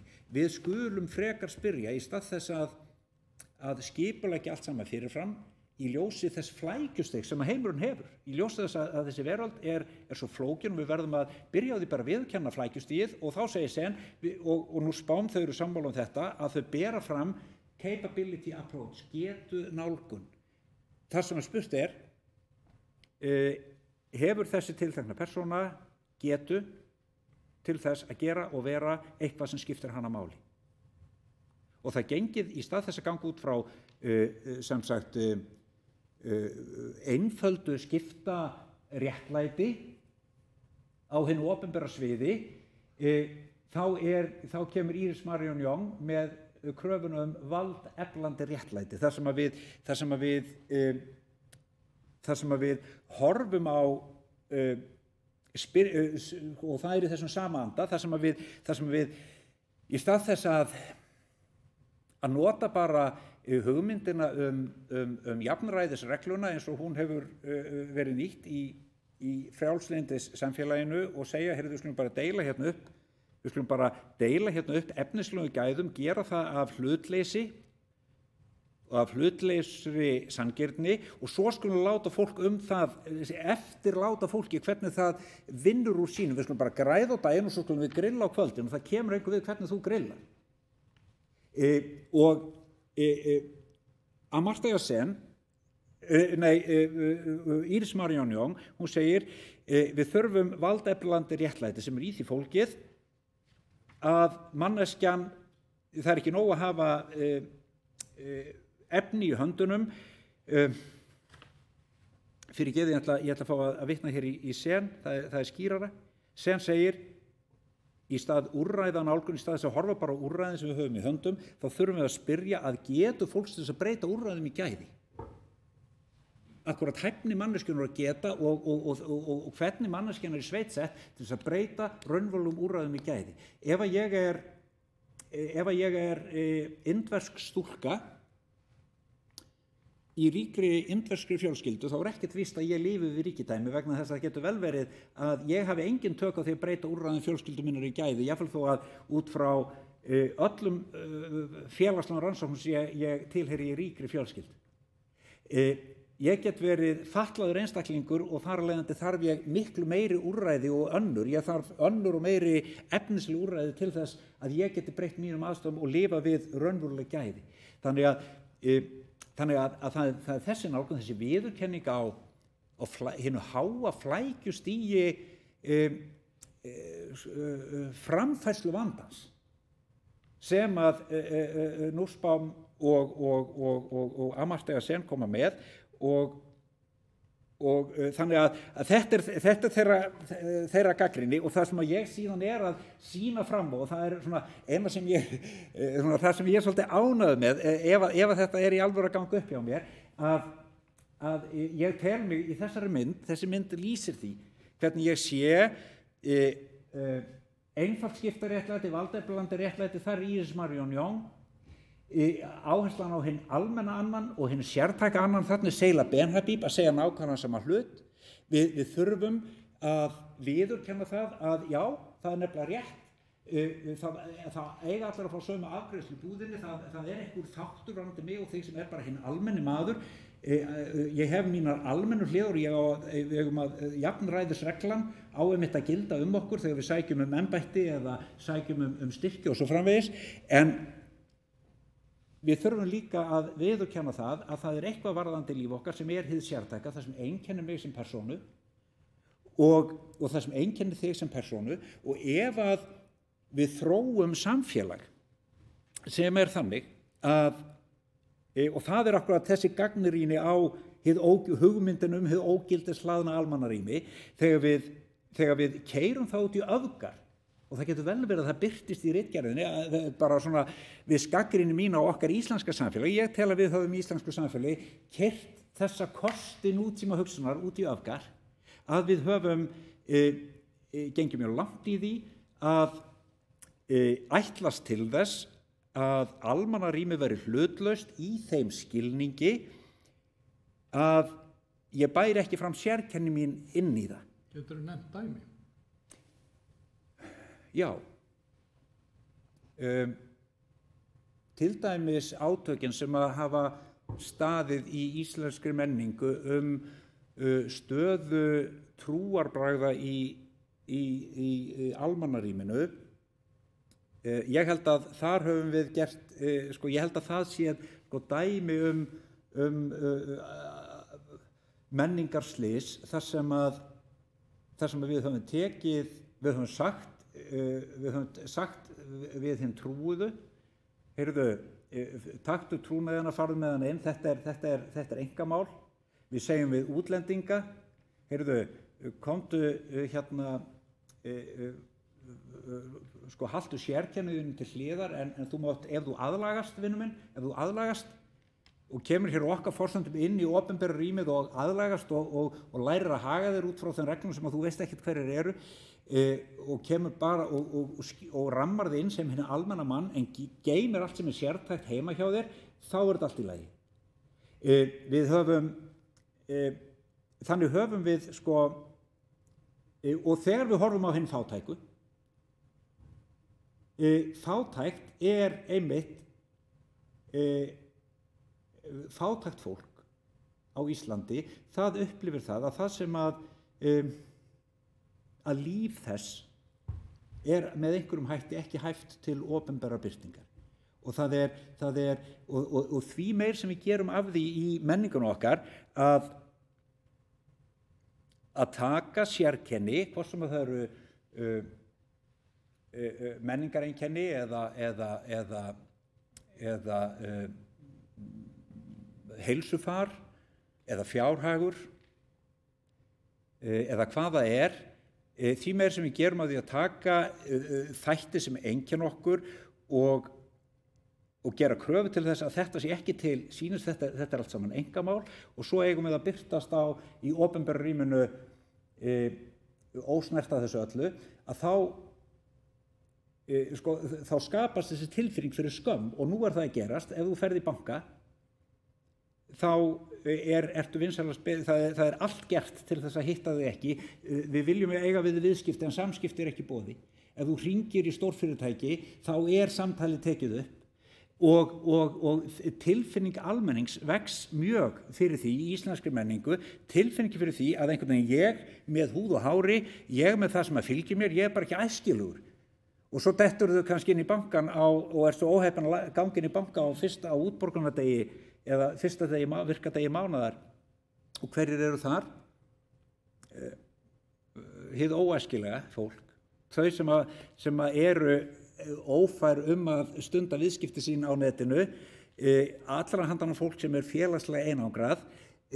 Það er bara mjög merkileg félagsleg rannsókn að koma inn í banka útibú á fyrsta virkadegi mánaðar, þá sjáum við þetta blasa við, þetta holdgerist nákvæmlega þetta vandamál að samfélagið segir við almenning, við ætlum að við skulum eiga viðskipti en við skulum ekki eiga samskipti. Og þetta veldur einangrun, þetta veldur undirliggjandi skömm og gerir það verkum að sem er akkurat það sem er krafan sem að Nussbaum og Sen er að setja fram, þau eru að segja allan tíman, þau eru að segja, heyrðu, lífið verður að hafa tilgang, það verður eitthvað sem skiptir mann máli. Og Nussbaum undirstrikar það, þetta er ekki bara spurning frelsi, þetta er ekki bara spurning það að gera sjálfræði okkar og geta okkar sem hins almenna annars, þetta er líka spurning mannlega reisn. Ber ég mannlega reisn? Ég get ekki borið fulla mannlega reisn ef að það sem einkennir mig sem persónu er ekki hæft til opinberrar birtingar og þess vegna eru allir þessir heimildamenn og öll þessi orðræða sem ég er að benda á, hún gengur út á það að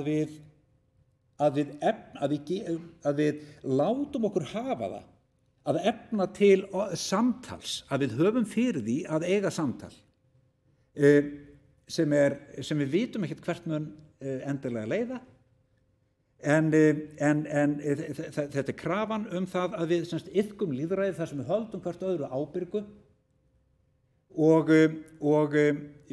iðkum sem sagt þannig að niðurstaðan sé sú að hinn almenni maður finnur sig heima í heiminum. að við finnum okkur heima í heiminum. Já, heyrðu, takk, það getur verið ég að fara að grípa frammi fyrir þér því að ég vil komast yfir aðeins fleiri punta. Já. Ég vil kannski bara segja þetta, sko, ég held að það getur verið allt rétt sem þú segir en ég tengi kannski ekki alveg þetta saman við þessa gríðarlegu áherslu hjá þér á hvað þetta ógildislaðna og þetta hlutleysi, hvað þetta slæmur hlutur, sko. Því að, og sérstaklega þegar þú tengir þetta við hugsuði eins og Rawls, sem eru bara að reyna að greina eitthvað grunnmynstur í réttlætishugtakinu. Þú segir á blaðsíðu 47 réttlætishugtak Rawls, sko, réttlætishugtak Rawls ekki siðferðilegt, heldur varðar einhverjum hugmyndina óhlutdrægni. Ég held að óhlutdrægni sé siðferðilegt fyrirbæri. Hugsaðu hvernig samfélagi væri ef það væri ekki óhlutdrægni til dæmis í þessari stofnun hér. Hvar værum við þá? Og stundum þessi stofnun gagnrýnd fyrir að hún sé ekki nógu óhlutdræg, skilurðu. Guði sé lof fyrir óhlutdrægnina. Sannarlega. Þannig að ég skil ekki alveg, sko, þú tengir einhvern veginn hlutleysi og óhlutdrægni við eitthvað sem ekki siðferðilegt og jafnvel neikvætt. Og þetta finnst mér aðeins kannski, ekki nógu vel rökstutt allavega, skulum við segja. Má ég segja, sko, þegar ég segi siðferðilegt, þá það, semst, ég skil siðferðishugtakið, hugmyndun siðferði það sem lýtur að tilgangi og merkingu. Þannig að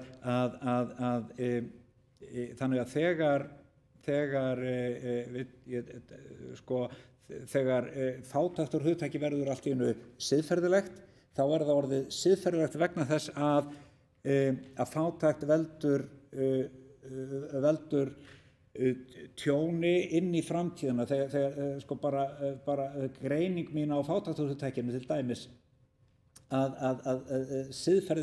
fátækt sem siðferðisvandi þá verður fátæktina siðferðisvanda vegna þess að það rænir hinn fátæka merkingu og rænir framtíðina merkingu.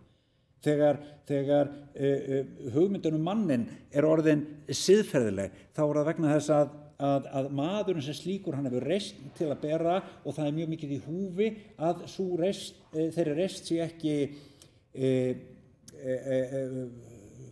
að henni sé ekki þrengt eða hún einhvern veginn vanvirt og ef við höfum þá mynd af manninum að hann hafi reisn til að bera, þá það siðferðisleg sýn á mannin og það ekki hægt að ná tilgangi sínum eða lifa við mannlega farsæld ef ég rændur reisn minni og virðingu.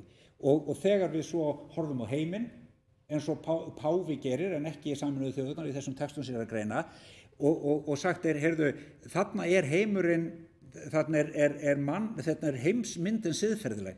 Þá það vegna þess að við horfum þeim augum á heiminn sem að allavega kemur fram í kristinni guðfræði, að horfa á heiminn svo sem trúandi því, takandi þá gildishlöðnu afstöðu að heimurinn hafi merkingu, að það liggi merkingu í honum, hann sé á leiðinni eitthvert og það búi merking í ferðalagi veraldarinnar, að það sé á leiðinni eitthvert. Þannig að það þessi siðferðilega sýn á efnisheiminn sem kemur fram. Þannig að ef ég má grípa fram fyrir það, sko, það annað sem ég held að, sko, ég myndi segja ef þú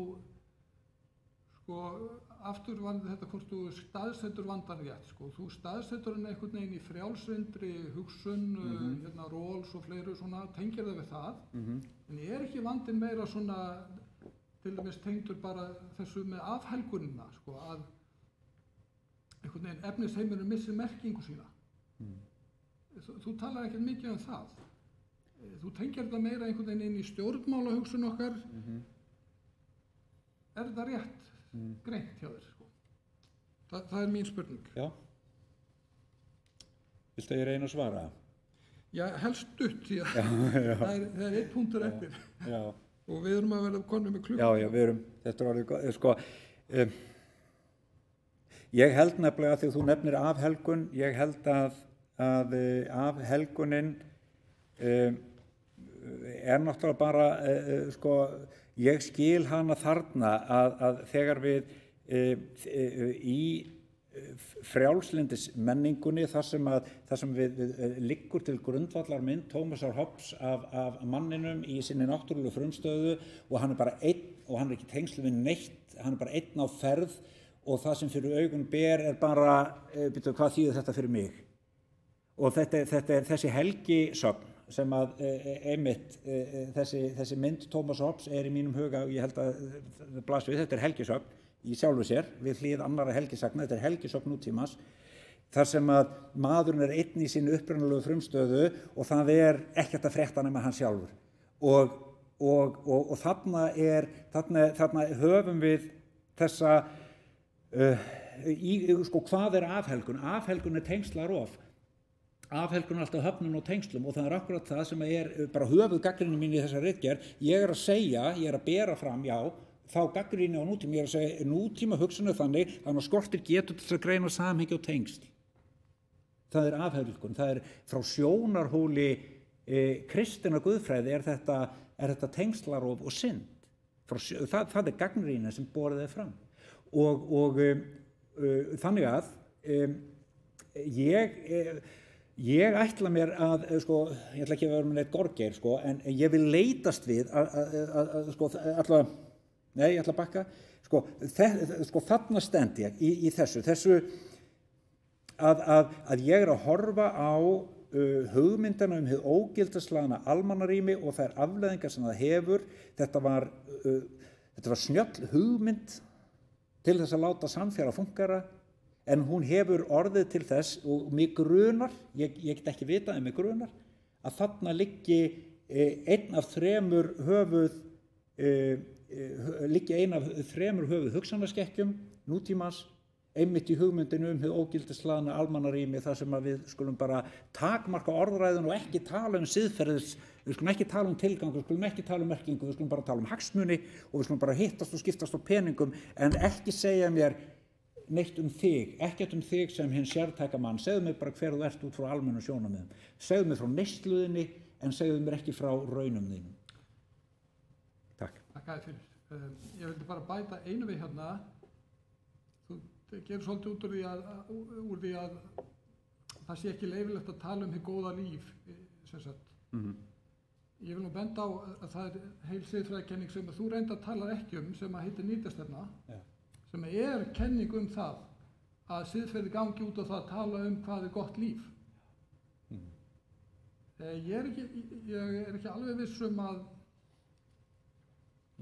við skulum láta það liggja milli hluta. Mér langar að koma að þriðja atriðinu og ég ætla bara að lesa það yfir og mér sýnist tíminn sé að renna út, þannig að þú kannski bara bregst við.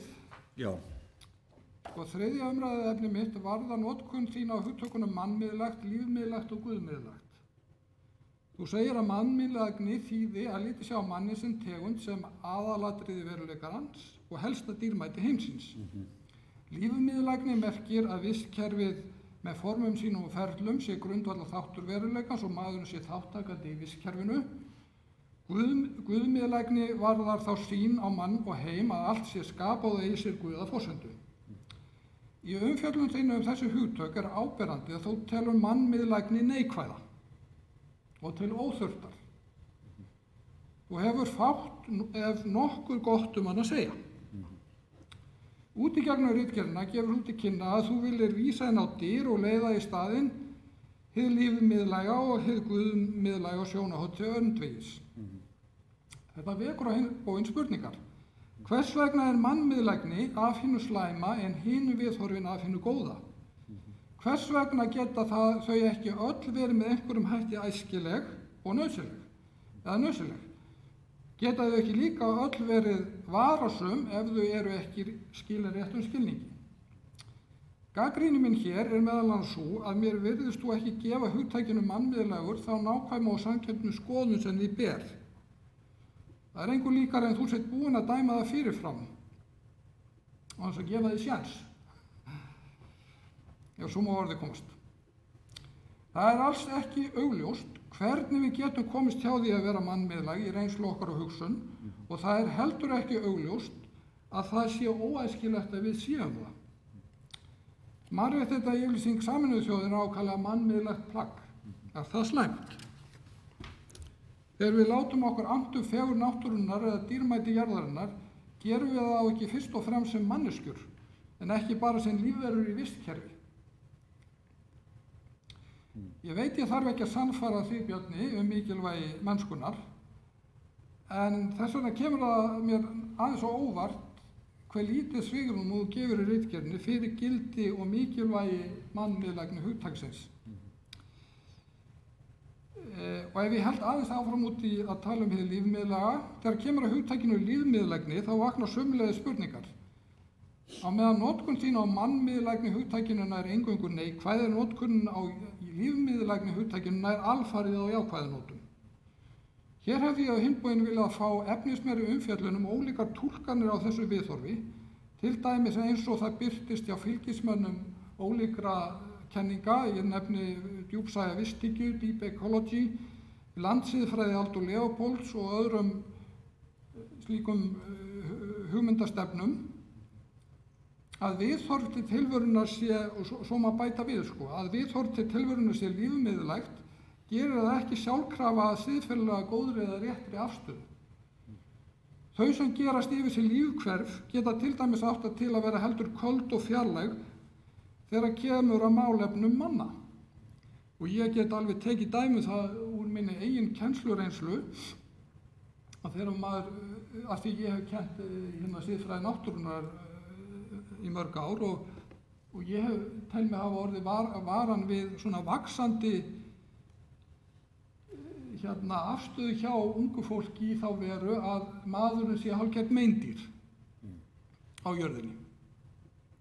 Og þetta auðvitað vel meint og þessi afstaða hún sprettur upp úr svona viðbrögðum við því sem að gerast.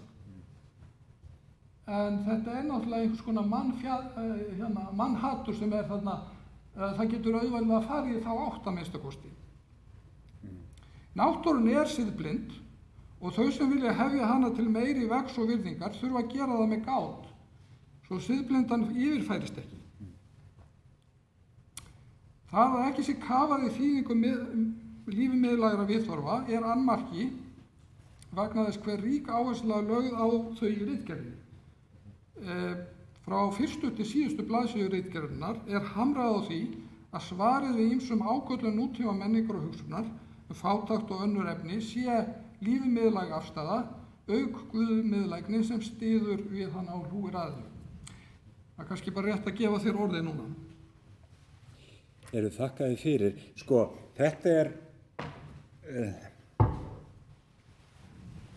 Þetta er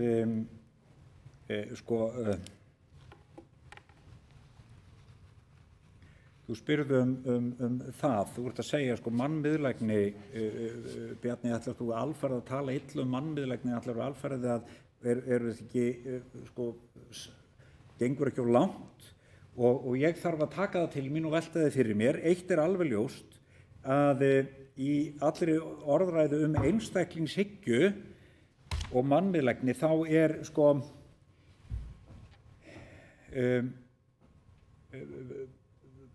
það engin vafi við þroskasögu mannkyns og ástæða þess að við njótum allar þeirra gæða sem við lifum við, þá hefur hugmyndin einstaklingin og það að einstaklingurinn fái notið sín og fái náð markmiðum sínum, þetta hefur klárlega verið mjög brýnandi og mjög mikilvægt og þetta er meðal annars gert að verkum að einmitt mannréttindi væru persónlega en ekki bara svona eitthvað almennt, þannig og krafan á það hver einasta manneskja fái að bera sína persónlegu reisn. Og þetta ekki lítilsvirði og það meðal annars það sem þú ert að undirstrika hér og þú nefnir meðal annars mannréttindi yfirlýsingu Sameinuðu þjóðanna. Það breytir ekki því að þegar við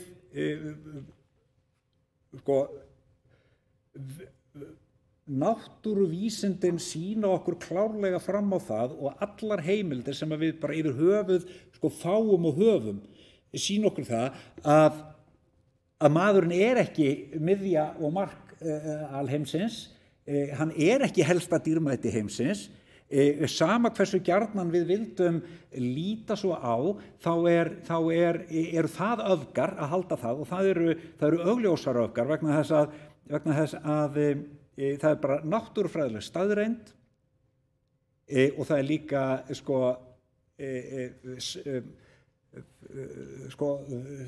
staðreynd þegar við lítum á það er jarðsöguleg staðreynd að mannkyn nýkomið inn og hefur og að við hafandi alla okkar getu og þessa sérstöðu sem við höfum vegna vitsmuni okkar og færni, þá erum við enga síður þar stödd að það eru við sem erum háð vistkerfinu, en vistkerfið ekki háð okkur.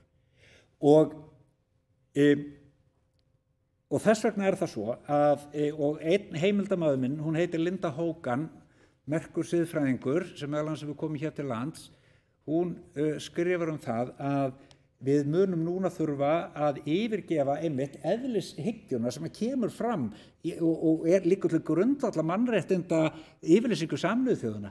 Við getum ekki staðið á því að hver maður sé að það sé bara út frá eðlishyggju vegna manneðlisins, þá sé það bara þannig að hver einasti maður sé fæddur til ákveðina réttinda. Við getum bara ekki rökstutt það. Við lendum í vandræðum, við lendum út í móa ef við ætlum að halda áfram með það. Mannréttinda hugtak Frans Páfa ekki byggt á eðlishyggju. Ég sýni fram á það í rannsókninni. Mannréttinda hugtak textans frá 2015, mannréttinda hugtak sem sagt Sameinuðu þjóðanna frá 2015 ekki heldur byggt á eðlishyggju. Og það þarna sem ákveðin breyting að eiga sér stað. Það í alvöru með mjög gildum rökum verið að yfirgefa hugmyndana manneðlið, en svo kemur Frans Páfi og segir, heyrðu, nei, við skulum, hann færir rauninni mannréttinda hugtaki yfir á vistkerfið í heild. Það ekki mannréttindi heldur vistkerfisréttindi í raun sem Frans Páfi ber fram. Svo segir hann, samt eitthvað alveg sérstakt við mannin. Maðurinn augljóslega hefur getu. Í hverju geta mannsins fólkin? Jú, heimsmarkmið Sameinuðu þjóðanna og Frans Páfi, ég einmitt að bera þetta saman, eru sammála það að það sem sérstakt við mannin ekki eðli hans, heldur geta hans til þess að bera ábyrgð í tengslum. Og svo segir mér þessi Páfi, svo lifum við í mótsögn í menningu okkar sem að birtist í því að við höfum sterk öfl sem að ganga út frá mannmiðlægni og hefja manninu upp, en á sama tíma sjá ekkert sérstakt við mannin. Og þar sem að í rauninni gildi fólks og heilu, og við sjáum það í flóttamannavandanum, við sjáum það í fátæktarvandanum, við sjáum það yfir höfuð í allir þeirri vanvirðu sem fólki sýnd, skipulag og kerfisbundið í heimsmenningunni. Þannig að ég vil svara og segja, mannmiðlægni hefur klárlega haft hlutverk að gegna og einstaklingshyggjan hefur klárlega haft mjög mikilvægu hlutverk að gegna, og það getur vel verið einmitt að það sé réttmæt gagnrýni. Ég hefði mátt bara gera betur grein fyrir því hverjir eru henni jákvæðu þættir og hvað þetta hefur fært okkur. Hitt annað að hluti af reikniskekkju nútíma sem gera það verkum að við sitjum uppi með bránandi jökla og súrnandi haf liggur, ég held að mannmiðlægnin sé mikilvægur liður, einn af þessum 3 stóru þáttum í reikniskekkjunni sem ég að benda á, teljandi mig samt sem áður ekki vera að handhafa sannleikis í þessum efnum heldur frekar en öðrum.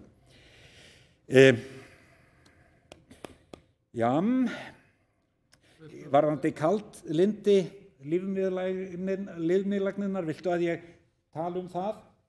Já, og kannski þetta bara, ég tek sem dæmi að í kaflanum sem heitir, eða undir kaflinn sem heitir lífmiðlægni og lífmiðlæg heimsmynd og mannskilningur. Já. Þá ræður mjög lítið til dæmis bara heimspeki og siðfræði pælingar og svona vistkerfis pælingar sko, þú ferð eiginlega beint út í að ræða guðfræði. Já. Þannig að mér finnst svolítið sko, mér finnst þú kafa svolítið lítið ofan í þetta hugtak nema í guðfræðilegu samhengi. Já, í lífmiðlægni hugtaki. Já. Ég óttast að þetta sé réttmætt gagnrýni. Ég verð bara að taka við henni. Ég held það. Og ég held að það veri mjög áhugavert og mikilvægt fyrir guðfræðing að reyna að skilja það betur og sjá, og þú ert að benda hér á það, þú ert að segja við mig, heyrðu, skoðaðu þá jákvæðu þætti sem að þarna eru á ferðinu, þú gaggrínir djarflega en þú ferð ekki djúpt í að skoða gæði þess sem þú ert að gagnrýna vegna þess að þetta er ekki alslæmt, það getur ekkert er alslæmt og þú ert að biðja að fara varlegar og ég má taka það til mín, ég bara tek við þessu, ég tek þetta til mín. Já, það er kannski, ég ætlaði svona aðeins að spyrja þig út í tengslinn milli lífmiðlægni og guðmiðlægni. Sko, þú notar þetta orðalag að guðmiðlægna viðhorfið getur svona stutt við eða hlúð að lífmiðlæga sjónarhorninu. Það er, sko, þannig að stundum hef ég á tilfinningunum að þú sjáir þetta fyrir þig þannig að hið lífmiðlæga sé einhvern veginn aðalhugtækið og hið guðmiðlæga einhvern veginn styðji það bara. Já. En er það endilega... Nei, það er ekki það sem ég meina, en það gæti virka svona. Sko, guðmiðlægni er frá kristnum skilningi bara lífmiðlægni, vegna þess að Guð er andi og andin er líf.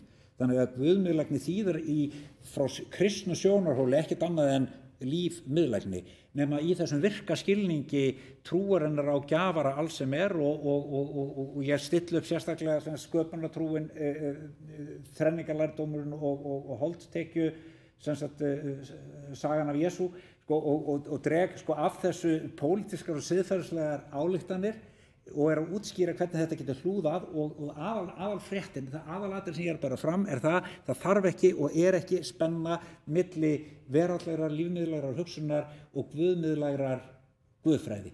Það er engin spenna, það getur verið samstaða og sjáum til hvort að guðmiðlæg sín sé færum að hlúa að henni lífmiðlægu en þá megum við ekki heldur skáka henni guðmiðlægu þá megum við ekki skáka henni trúarlegu orðræðu út úr almannarýminu í nafni meints hlutleysis. Má ég aðeins þá bara ganga eftir þessu, þú segir það sé ekki spenna þannig á milli. Já. En sko... Það þarf ekki að vera. Nei, það einmitt. Sko, lífmiðlæg viðhorf eru gjarnan bara svona vistfræði einhvers konar, skilur við. Svona líffræði, kannski oft með einhverju svona siðfræðilegu ívafi, skilur við. Ég tek bara Aldo Leopold sem dæmi, hann er að tala landið sem eina heild og hvernig þessi heild einhvern veginn er öll samtengd og svo talar hann sko, að þetta sé, að það sé einhver fegurð í þessu og svo framvegis. En þetta er allt svona einhvern veginn á vísindalegum forsendum. Og mér finnst kannski að þú hoppir aðeins, sko, þú kannski ert góður í að taka svona stökk. Ég er ekki svolítið stökk þarna yfir, sko, því að það er eiginlega stökk frá raunvísindum og yfir í hið trúarlega. Er það ekki svolítið stökk? Það getur verið og það er það alltaf, en sko, við lifum í einum heimi, við þurfum að hugsa saman, við þurfum að tala saman og að því leyti sem að lífmiðlæg hugsun gæti orðið kaldlynd almannahag, bara í ljósi þess að menn horfði á þetta bara frá köldu hlutlausu sjónarmiði og létu sig litlu varða afdrif mannsins í heiminum, að þá trúi ég að guðmiðlægt sjónarhorn sé fært einmitt að hlúa að og styðja við og spyrja spurninga sem eru hollar, þannig að guðmiðlæg hefð sem er vissulega hluti á langtíma minni mannkyns, ég er að tefla henni fram að hún sé mikilvæg inn í þessu orðræðu og það það sem ég að leitast við að gera, þannig að þetta sem þetta benda á, auðvitað þetta hættur og við erum ekki komin að lokum þessa samtals, þetta sístætt samtal en það sem ég vona að ég sé að gera með þessa ritgerð, ég að setja sem sagt hérna guðfræðilegu orðræðu inn í hérna opinberu hnattrænu orðræðu og krefjast þess að sé hægt að tala saman og þess að ekki marka á því og ég sem kristinn maður standa ekki blygðist mín fyrir trú mín á Jesúm með emmi. Við erum komin langt með tíman. Já, ég held að ég bara þakka fyrir mig og þakka fyrir góð svör. Takk.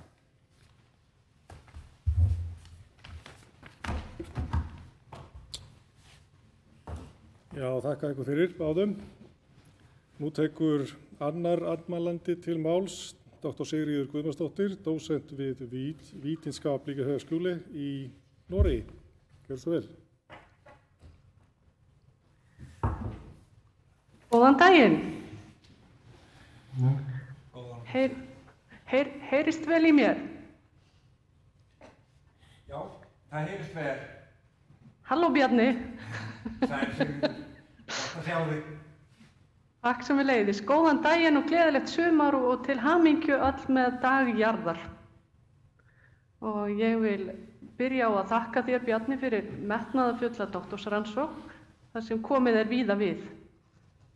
Og ég tek undir hrós Jóns Ásgeirs í upphafi og lýsingu hans á gæðum þessarar doktorsrannsóknar. Við Jón Ásgeir höfum rætt kosti þessarar ritgerðar út í Hörgul hér yfir hafið á Zoom í vetur og ég les umræður ykkar sem að vissu leyti sem glímur eind og heild þar sem þú hefur að mestu leyti haldið fram sjónarhóli heildarinnar og Jón Ásgeir hefur verið meiri vinur eindarinnar. Mitt framlag til þessara andmæla frá sjónarhóli postmódernískrar vistfræði, þar sem að þarf að halda báðum viðhorfunum saman, eind og heild, í samhengi hinna fátæku. Jón Ásgeir hefur reynt að halda þér innan hins deskriptífa og analítíska og konstruktífa og þú rennur stundum í svörunum yfir í hið, eða eiginlega bara oft yfir í hið normatífa, sem að einnig einkennir dálítið ritgerðina. Þetta doktorsvörn í guðfræðilegri siðfræði og ekki predikun og nú vitna ég í samræður ykkar og þess vegna mun ég halda áfram þessari áherslu á Jóns Ásgeirs á það sem þú lýsir, það sem þú greinir, það sem að þú síðan leggur til. Og það eru 3 atriði sem að mig langar til að leggja áherslu á í andmælum mínum og ég bara byrja á fyrsta. Ég segi þér sem sagt hverja spurningarnir eru og svo tek ég fyrir það fyrsta og þá getum við haft samtal það og svo annað og svo þriðja.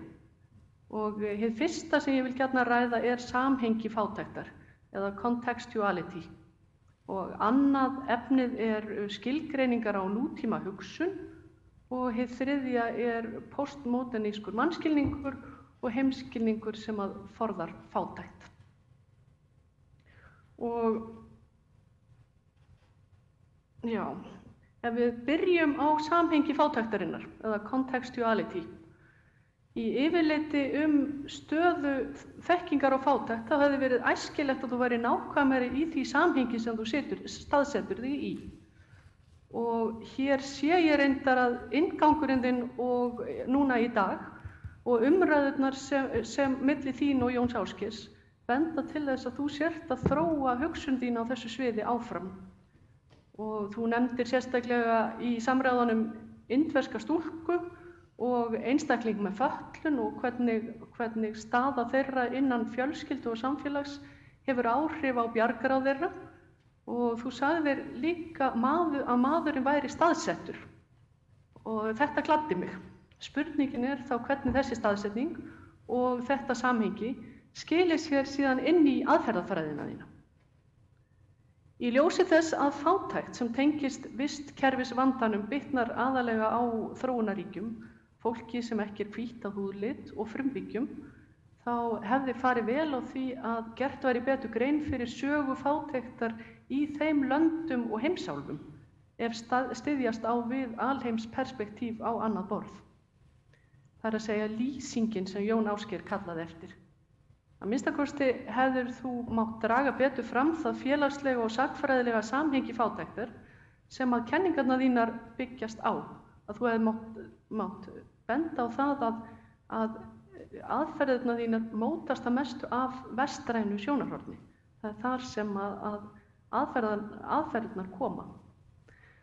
Sömu tilhneigingar má greina í umfjöllun þinni kristna vistguðfræði og siðfræði, þar sem þú hyggst gera grein fyrir nokkrum helstu útlínum í kristinni umhverfisguðfræði.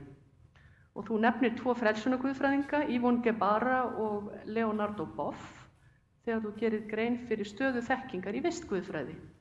Og þetta var ég sérstaklega ánægð með, það fer vel á því að þú hafi bætt við þessum 2 mikilvægu frelsunarguðfræðingum eftir athugasemdir andmælenda.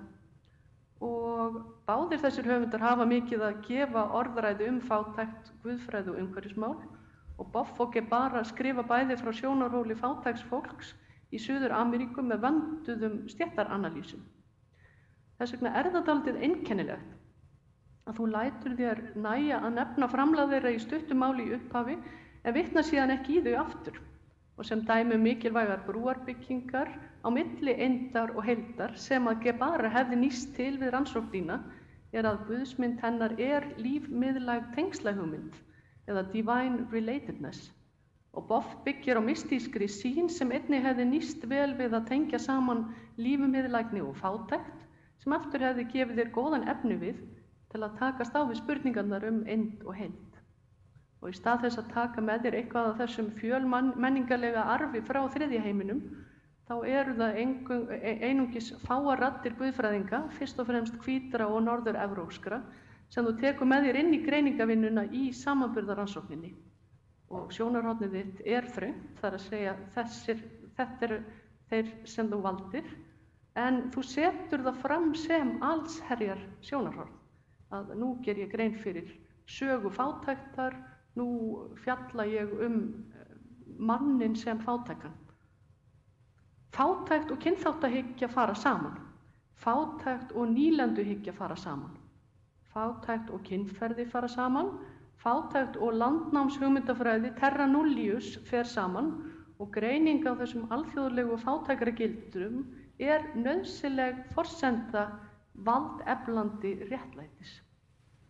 Ef þessar 4 fullyrðingar mínar samhengi fátæktar eru teknar alvarlega, þá hefur það áhrif á aðferðafræði rannsókna, bæði hins greinandi og hins konstruktífa. Það hefur áhrif á aðferðafræði og niðurstöður ef viðmælendur á göngunni gegnum kaflana eru fyrst og fremst hvítt fólk af norður-evrópskum uppruna. Og þess vegna vil ég spyrja þig, hvers vegna valdirðu þér einmitt þessa viðmælendur sem aðferðafræðilega leiðsögumenn gegnum samanburðarrannsóknina? Og hvar indverska stúlkan, til dæmis? Hér væri gott að þú gerir grein fyrir því hvers vegna þú tekur í svo litlu mæli þriðja heimsraddir með inn í greiningavinnu samanburðarrannsóknarinnar og hvers vegna þú skautar að mestu yfir stéttahyggju, nýlenduhyggju og kynþáttahyggju, svo dæmi séu nefnd, í greiningum þínum á fátækt. Ég hins vegar mjög ánægð með að ég sé að greiningar á sviði kynferðis og kynkerfis, að þar miklu meira hið staðsetta og hið sértæka upp á teningnum og það vegna þess að þú lest líka konur. Ég vil hrósa þér fyrir það. Nú það svo að engin rannsókn getur sett fram alla þekkingu á öllum stöðum á samfærandi hátt og ég heldur ekki að krefjast þess. En þess í stað þá óska ég eftir því að þú gerir grein fyrir því í hvers konar samhengi þú setur fram rannsókn þína. Þegar þú segir sögu fátæktar, ég ætla að gera grein fyrir sögu fátæktar og örfáum blaðsíðum. Hvers konar fátækt og hverra fátækt ert þú að ræða og hvers konar breytur hafa áhrif á hana? Þú spyrð hvað fátækt sé í upphafsorðunum eða í samræðunum og hver sé fátækur. Og ritgerðin hefur fjölmenningu sem tema í titli en lítið heyrist hana. Og þess vegna spyr ég hver fær að orða samhengi fátæktar og hvers konar fátækt gleymir slík söguskoðun. Hvernig tjáir slíkur skilningur til dæmis umhverfislegan rasisma, ecological racism? Hér færi vel á því að vera meira konkrét við greiningu á menningarlegu, landfræðilegu, efnahagslegu, stjórnmálalegu samhengi fátæktar og orðaskýrar sjónarhól og takmarkanir þinnar eigin aðferðafræði. Og slík þekkingafræðileg auðmýkt á takmörkunum eigin sjónarhóls það sem að helst talið einkenna postmodernískar rannsóknaraðferðir. Þetta fyrsta spurningin mín, fyrsta umræðuefnið.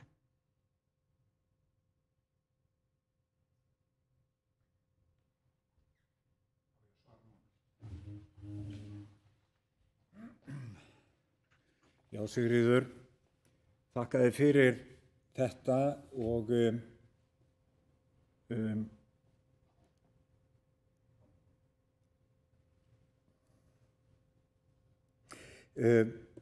þetta það sem að þú ert að benda á, sko, þú ert að náttúrulega benda á það sem að svo sem við blasir og ég veit að fátæktin hún hefur svo gríðarlega hátt flækjustig og þú bendir á stéttahyggju, nýlenduhyggju, kynjahyggju, kynþáttahyggju og nefnir bara þetta en svo það margt fleira og þú ert að inna mig eftir því hvernig stendur á því að þú ætlar að tala veruleika fátæktar en tekur ekki inn þessa þætti og með markvissum hætti og þú ert líka að gagnrýna mig fyrir það að ég vilji gefa yfirlit yfir fátækt og sögu fátæktir í veröldinni en yfirlitið sem ég gef frá íslenskum og evrópskum heimildum. Og, sem fínt Bjarni ef þú hefði bara sagt það. Já, það nefnilega það. Og að vísu, ég yrði of seinna að fletta því upp, ég skaut inn einhverju setningu þess efnis einmitt eftir ykkar andmæli eða ykkar aðvaranir, ykkar Jóns og hérna, þannig að ég meðvitaður það en það sem að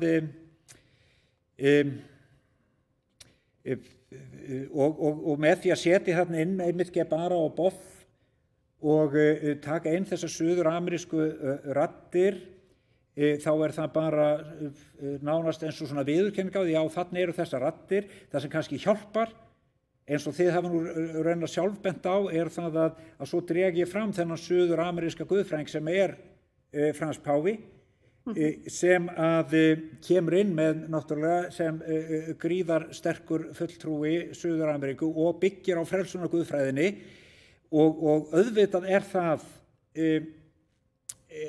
sko það að í þessar rannsóknminni sé ekki bara ítarleg yfirferð yfir frelsunar guðfræðina sem hefur náttúrulega lagt svo gríðarlega mikið af mörkum þarna, það bara ég bara náði því ekki að gera það en þetta algjörlega rétt með gagnrýni að þetta þarf að vera þarna og það vita allir sem hafa kynnt sér vel guðfræði og siðfræði að frelsunar guðfræðina hefur lagt gríðarlega margt að og komið inn einmitt með stéttagreininguna, nota sér hina marxísku stéttagreiningu meðal annars og svo femínískar nálganir eins og Gebara gerir líka. Þannig að ég meðvitaður þetta, Sigríður, ég líka meðvitaður það að ég ætla mér að tala fjölmenningu og það alveg rétt, hún víkur býsna mikið í rannsóknarvinnunni fyrir hinum þáttunum sem þarna til umræðu en krafan sem ég set sem sagt fram sú að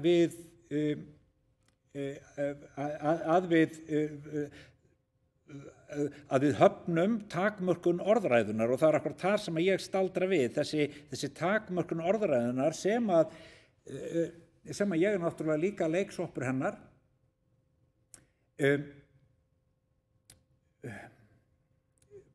það að og svo er ég áfram og ég skildi gera grein fyrir því, ég tel mig að vísu hafa aðeins bætt úr því eins og ég sagði, en ég ég er íslensku maður staddur á Íslandi, horfa á veruleika fátæktarins sem birtist hér á Íslandi og byrja að spyrja hvað þýðir þetta allt saman, og heimildan sem ég skoða eru úr mínu nærumhverfi og síðan hvernig menn hafa hugsað þetta í mínu menningarsamfélagi. Hvaða menningarsamfélagi er það? Jú, það er menningarsamfélag nútímans, þessi vestræna menning sem hefur gert sig svo algilda og hefur mótað svo mikið heiminn og komið heiminum í fátækt. Þannig að ég er að leitast við ekki bara standa sem kristinn maður og gera grein fyrir þeirri hefð sem ég lifi. Ég heldur að ég líka reyna að standa sem húrrandi hvítur karlmaður, forréttindamaður á staddur norður á Íslandi, klímandi við engin vandamál við hliðina á því fólki sem að þú ert að nefna og er að útskýra hvernig svo menning sem ég lifi í og hræðist í og er afsprengja hennar, hvernig hún hefur hugsað og vanhugsað málin og vegna þess valds sem hún hefur komið veröldinni og einmitt öðrum fátækum, öðrum heimsbúum í þann vanda sem við sitjum í. Þannig að þessu leyti, þetta er það sem ég hef mér kannski til afsökunar, en gagnrýnin er algjörlega réttmæt og við erum búin að horfast í augu við það, ég með mínum andmælendum og þau hafa kinkað kolli við því að þetta er alveg réttmæt gagnrýni frá ykkur og frá þér Sigríður þetta en ástæða þess að kynjahyggjan að þú skynjar í textanum að ég kann svolítið skil á einmitt kynjafræðinni, það er bara því ég tók meistaragráðu hér í kynlífsiðfræði og fjallaði réttindi samkynhneigðra og þannig að þar hef ég ákveðið innsæi og svo þegar páfinn að mínum dómi hleypur hreinlega á sig eða skortir augljóslega þekkingu sem að birtist í fullyrðingu sem bara standast ekki, þá ger ég grein fyrir því í rannsókninni og reyna að útskýra af hverju ég tel að Pái geri þau fræðilegu mistök sem að þar blasa við leið og ég þannig að þar kem ég sterkur inn vegna þess að þetta er eitthvað sem ég hef kynnst en þarna er ég fer ekki út á þetta svið og ég get skotið mér á bak við það að það er ekki hægt að gera alla hluti, ég get líka skotið mér á bak við það að ég er þegar upp er staðið svolítið að svara fyrir hönd þeirrar menningar sem ég er hluti af og ég reyna að taka ábyrgð á henni, bæði sem kristinn guðfræðingur og benda á sögu kirkjunnar og hugmyndasögu hennar og líka sem hvítur forréttindakall í vestrænni menningu. Og þá er það spurningi mín, eitt er að viðurkenna það að það séu önnur sjónarhorn þarna úti sem að maður ekki hafi tekið tillit til. En þetta snýst svolítið mikið og fínt að geta takmarka sitt sjónarhorn og verið og skilið svolítið takmarkanir minnar aðferðafræði. En hvern hlustar hvíti forréttindakallinn á? Þannig að það sé ekki bara lýsing á stöðu þekkingar heldur líka hvern ætla ég að hlusta á, hvern ætla ég að taka með mér inn í analýsuna, inn í samaburðaransóknina sem að þetta snýst svolítið að jú það er hægt að segja ok, ég er hvítur, ég bý á Íslandi og svo framvegis en hefur maður þá afsökun að manni, hvað merkir það að manni finnst hlusta maður meira á hvítt fólk heldur en svart fólk til dæmis? Hlusta maður, og hvers vegna? Er það ekki vegna ákveðna forréttindablindu sem að maður ber sjálfur ábyrgð á að glíma við? Hlusta maður meira kalla en konur og svo framvegis? Það er eitthvað sem að þú hefur virkilega glímt við. En þess vegna sagði ég hvar er indverska stúlkan? Af því að það er eiginlega grundvallarprinsipp í mannréttindum síðustu ára að maður talar ekki bara fólk, heldur að maður tala við það. Og að maður hlustar á það. Þarna ég tek undir það og það sem og þess vegna er það sem ég hef mér til málsbóta er það að í ljósi þess hvað umfangið er gríðarlegt að ég er auðvitað ég er að segja við skulum iðka samtalið, við skulum einmitt ganga inn í samræðuna og við skulum hafa hana hefðarþykka, við skulum hafa hana fjölmenningarlega, við skulum hafa hana víðóma og við skulum taka ábyrgð á því að afgreiða ekki fólk, takmarka ekki orðræðuna bara vegna þess að hún snúist það að græða á daginn og grilla á kvöldin, sem okkar menning hefur svo sannarlega gert og þar af leiðandi komið veröldinni í þann vanda sem hún situr í. Þannig að ég kemst að þeirri niðurstöðu að það eina sem við getum gert er að iðka samtalið, ganga inn í samtalið og viðurkenna það að hið góða líf, það byggir ekki á uppsöfnuðum efnisgæðum einum, það byggir ekki bara á þröngum hagvexti, heldur verðum að hleypa, við verðum að opna á við verðum að opna á hið og viðurkenna og umfaðma hið háa flækjustig þessara mála. Þannig að það er það sem ég er að bera fram og svo stöndum við til dæmis bara hér í íslenskum veruleika, við stöndum fram fyrir því að eins og hefur bara orðið mjög áberandi núna í COVID-veirunni og ég er ekki að fara út fyrir efnið, að við höfum erlenda aðila hér sem hafa ekki fengið upplýsingar, eru utan við, heyri ekki, vita ekki, er ekki með og eru að koma fárveikir með börnin sín inn á heilsugæslu vegna þess að þau eru utan við, þau fá ekki, þau eru ekki, það er ekki búist við þeim og þau búast ekki við að heyra og svo framvegis. Þannig að við bara hér í okkar landi þá erum við einmitt að lifa þetta að stéttahyggjan og kynþáttahyggjan og nýlenduhyggjan, sko bara allavega, já, að þessir allir sem úr þessum aðgreina fólk eru virkir og þannig að það er mikið verkefni fyrir höndum að breyta hugarfari okkar þannig að við séum í alvöru að hlusta. Og það gæti nefnilega einmitt verið að þessi rannsókn sem ég ber hérna fram, hún er hlustun á ákveði, að ég gagnrýni aðra fyrir þröngt heimildaval. Já, þarna er heimildaval sem að er svona, er valið svona. Það þarf til þess að geta borið fram gagnlega, marktæka og ábyrga siðfræði sem fjallar fátækt og vistkerfisvanda, þá þarf að sjálfsögðu að vera svo að raddir hinna kúuðu heyrist og ekki bara raddir kúaðs fólks, ekki bara raddir jaðarsett fólks, heldur líka raddir innan úr vistkerfinu, að rödd vistkerfisins heyrist og að við heyrum og skynjum hvernig fjölbreytileiki, líffræðilegur fjölbreytileiki hreinlega fölnar undir fótunum á okkur. Þannig að ég tek við þessari gagnrýni en ég hef þessar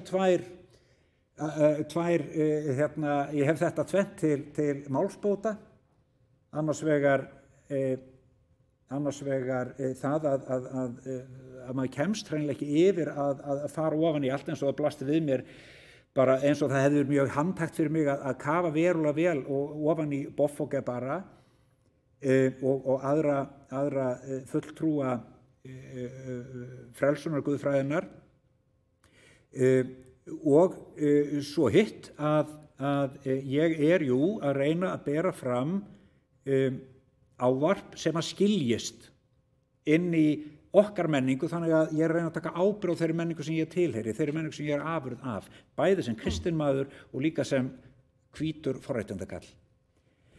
En þess vegna er það sem að ég hef hvatti til og er svona svolítið að setja að gagnrýna að það sem að ég hefði viljað sjá í upphafskaflanum var meiri meðvitund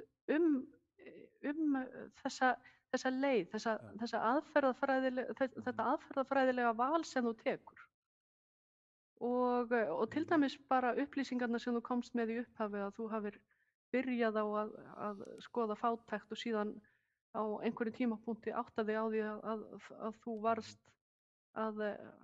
varst að taka annað inn. Þú nefnir það svolítið í upphafi, en það sem að kannski vantar er að þú gerir það upp við þig, hvað er ég þá að gera við þetta efni sem ég er þegar búin að framleiða. Nú þegar ég fengi þessa nýju opinberun. Og það er svolítið eins og sko, þú ert með þarna efni í upphafi sem fjallar fjölmenningu og fátækt, og svo allt í einu áttar það á því að þú þarft að tala vistkerfið, þú þarft að taka inn nýja heimildir og svo framvegis, og þú veist ekki alveg hvað þú átt að gera við gamla efnið. Hvernig þú átt að integrera það, eða hvort að þá verða bara kannski önnur fræðigrein. Þú hefur nú sagt að það sé ekki beinlínis hinn ritreynda fræðigrein sem að þið dreymir eða hvort að hluta af þessu efni að fara niður í neðanmálsgreinar, og hvort þú að breyta titlinum. Þú ert svona svolítið með sko gamalt prójekt sem þróaðist yfir í nýtt, en það vantar svolítið þessa tengingu. En þetta er bara svona observasjón. Þú þarft ekkert frekar að kommentera á það. Nei. Ég vil eiginlega frekar að við förum yfir í viltu það? Nei, veistu, ég held að þetta sé bara sko næmt og rétt. Þetta er akkurat svona, og ég held að það er ekki, og það væri ekki sko, og tekur ekki að reyna að fela það sko. Þetta er lærdómsferli, og þess vegna lítið svo á að þó ég hafi lokið þessari rannsókn þá og háskólinn metið þetta gilt, sko, þá er þessari rannsókn ekki lokið, og það er einmitt með að veita svo vel, þetta stendur svo opið, og það er svo og meira segja verkið sjálft hefur sína galla, og svo eru þarna þættir sem að eru svo mikilvægir, og það er alveg rétt að verkið, ég er að rembast öður á trúr upprunanum, en það er gríðarlega margt sem gerist á leiðinni, og hérna sko margir þættir, og doktorsnefndin mín hefur ekki haft undan að bara hjálpa mér út sko, að halda ekki áfram með enda sem að vöktu áhuga minn, og svo framvegis, þannig að ég hreinlega ljúki þessu verki einhvern veginn, af því að af öllu fólki sko ef einhver veit að ég er ekki búinn, sko, þá er það ég sem veit það, og þannig að ég tek við þessu, ég tek undir þetta er bara rétt með gagnrýni, og við þurfum, ég þarf sem ef ég á að geta kallað mig guðfræðilegan siðfræðing, þá þarf ég að vera fær það að benda á stéttahyggjuna og kynþáttahyggju og kynjahyggju og nýlenduhyggju og aðra þætti sem þú ert að draga hérna fram. Ég þarf að vera fær að benda á þetta, gera það með rökum. Ekki bara benda á það, heldur að hlusta á það og taka það með og láta það breyta niðurstöðunum þínu. Þú þarft að hlusta á indversku stelpuna. Þetta er bara hárrétt, og það er þessi sko það að bera fram raunverulega sko hlustandi guðfræði. Þetta er hérna, og þannig er náttúrulega það getur engin, og af því og þú nefnir að mér auðvitað, ég er sko fyrst og síðast líti á mig sem ég er að reyna að vera kennimaður í kirkjunni, sko predikun sem er ekki hlustandi, hún verður aldrei heyrð, og það er rauninni það sem þú ert að gagnrýna hér. Þú ert að segja, heyrðu, ég heyri ekki að þú hafi hlustað nóg, ég vildi heyra meiri hlustun í textanum sem þú ert að bera fram, ég vildi heyra að þú segði mér frá því hvernig þú hlustaðir, og hverja þú valdir að hlusta. Það er svona þennan þrá, þar sem þú íhugar þitt aðferðafræðilega val og takmarkanir og svo framvegis. Það er það sem að mér finnst vanta þarna.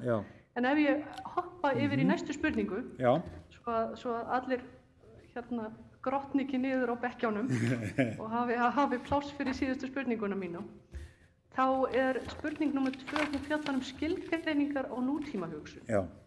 Og ég talaði áðan þekkingafræðilega auðmýkt, að svona átta sig á eigin sjónarhorni, og og þannig að ég að tala sko postmóderníska aðferðafræði og mér finnst að vera ákveðið vandamál í rannsókninni að skilgreiningarnar á módernisma og postmódernisma eru loðnar að mínu viti og þá það spurningin hvað er nútími? Þú talar mjög mikið nútíma hugsun sem getur vísað til lengra sögulegs tímabils en módernismin og til fleiri greina en hinnar hefðbundnu notkunar innan hugvísinda og lista. Og hér sé ég góða neðamálsgrein þar sem að þú áréttar þína hugtakanotkun í neðamálsgrein 9 á blaðsíðu 31. Ég ætla bara að lesa hana því hún er mikilvæg. Vert að árétta að þegar hér rætt nútíma eða nútímahugsun, móderníska hugsun eða módernískt samfélag, þá það í almennu samhengi við þá breytingu sem varð þegar miðaldir liðu undir lok og við tók menningarástand byggt á bjartsýnum hugmyndum upplýsingarinnar manninn sem miðju veruleikans. Iðnvæðingin og hnattvæðing okkar tíma eru hluti þess sem vísað til með þessu orðalagi. Þegar notað hugtækið eftirnútími eða eftirnútímaleg hugsun átt við menningarástand eða framsetningu þar sem tekið að efast gagn og gildi mannkverfrar hugsunar. Og Jón Ásgeir hefur þegar krafiði töluvert mikið svona bara ákveðið uppgjör við þessa mannkverfu hugsun. En minn punktur sem að ég gjarnan vil leggja áherslu á að modernity ekki það sama og modernism. Og þegar ef þú ætlar þér að skilgreina nútíman sem tímabil síðustu 5 alda, það alveg rosalega stór skilgreining. Þá kallar það á yfirgripsmiklar skilgreiningar á nútíma þar sem erfitt að finna handfestu. Og innan nýaldarinnar má finna hérna ýmsu hugmyndaskóla sem allir hafa áhrif á mannskilning og heimskilning, endurreisnina, upplýsingaöld, módernisma sem nútímahyggju 20. aldar, rómantík, raunhyggju og síðrómantík og barokk og svo framvegis. Og hér mjög erfitt að henda reiður á því sem kalla má nútíma hugsun. Og að sama skapi þá á köflum óljóst hvað þú átt við með útlínum nýrrar hugsunar, hvað þú skilgreinir sem postmóderníska hugsun. Postmódernismi í húmanískum fræðum þýðir bæði síð og eftir módernismi, en þú þýðir hugtækið yfirleitt sem eftirnútímalega hugsun og túlkar þar með eftirnútíma hugsun sem nýtt tímabil hugsunar sem tekur við af módernismanum. Og ég ekki alveg með það á hreinu alltaf hvort að það þessi nútímahyggja sem postmodern thought yfirleitt fjallar eða hvort að það eitthvað tímabil sem hefur tekið við eftir 1500. Og þau sem þýða postmodernisma sem síðmodernisma, og þar myndi ég vera með, telja nútímahugsun einkennast af síðustu kollhríð modernismans. Það sem sagt modernismi á yfirsnúningi eða eitthvað slíkt. Mennskan vísar til tilvistarinnar og verufræðinar, heimurinn vísar til kosmológíunar og þannig þetta eru gamlar skilgreiningar frá Platóni. En postmoderníska aðferðafræðin innan guðfræði hefur ekki síst falist í því að ögra slíkum skilningi með því að benda á sérstakar aðstæður kvenna og svo fátækra og svo framvegis og þetta höfum við þegar rætt En mér finnst að það skorti á að það sé gert grein fyrir hugtökunum modernism og postmodernism sem svo mjög móta efnistök ritgerðinnar, til dæmis með stuttu yfirliti í upphafi kafla og hvers vegna þessi tiltekna tímabilagreining innan hugvísinda og lista nýtist til að greina vistkerfisvanda og fátækt. Yfir höfuð hægt að tala postmodernískan mannskilning og heimskilning í fjölmenningu nútímans án þess að ræða ólíka sjónarhóla og samhengi. Og hér finnst mér vanta innsæi í guðfræði staða og stunda, það að segja contextual theology, í greininguna, vegna þess að í contextual theology þar eru alltaf endin og heildin saman. Það til dæmis ekki ljóst í mínum huga hvað það í umburðarbréfi páfa sem gerir það að verkum að þér finnst bréfi vera, og nú vitna ég aftur í það sem þú sagðir í upphafi, allsendis eftir nútímalegt. Umburðarbréf páfa styðst við frumspekileg hugtök á borð við mennsku og heim að fornum sið og sérstaklega til þess tekið að páfi líti á jörðina sem systur og að mannskilningur leggji áherslu á þessi eftir nútímalegi mannskilningur leggji áherslu á skyldleikatengsl og heildarhyggju. En vandamálið bara að þessar athugasemdir hefðu alveg eins geta komið úr ritum Frans frá Assisi frá upphafi 13. aldar. Það hann sem að var svo upptekinn af því að jörðin væri systir okkar. Og þess vegna spyr ég þig, að hvaða leyti skilningur páfans postmódernískur og að hvaða leyti leitar hann einfaldlega í smiðju fornútímalegs sakramentiskilnings miðalda? Að hvaða leyti hann premódernískur? Hvers vegna velurðu Frans 2 og ekki Frans 1?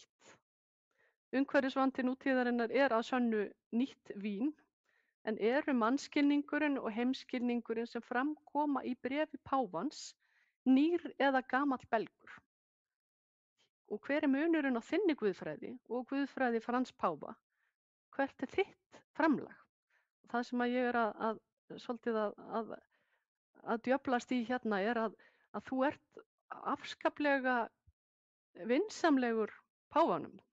Þú ert afskaplega jákvæður út í þetta bréf og þú ert ekkert rosalega krítískur.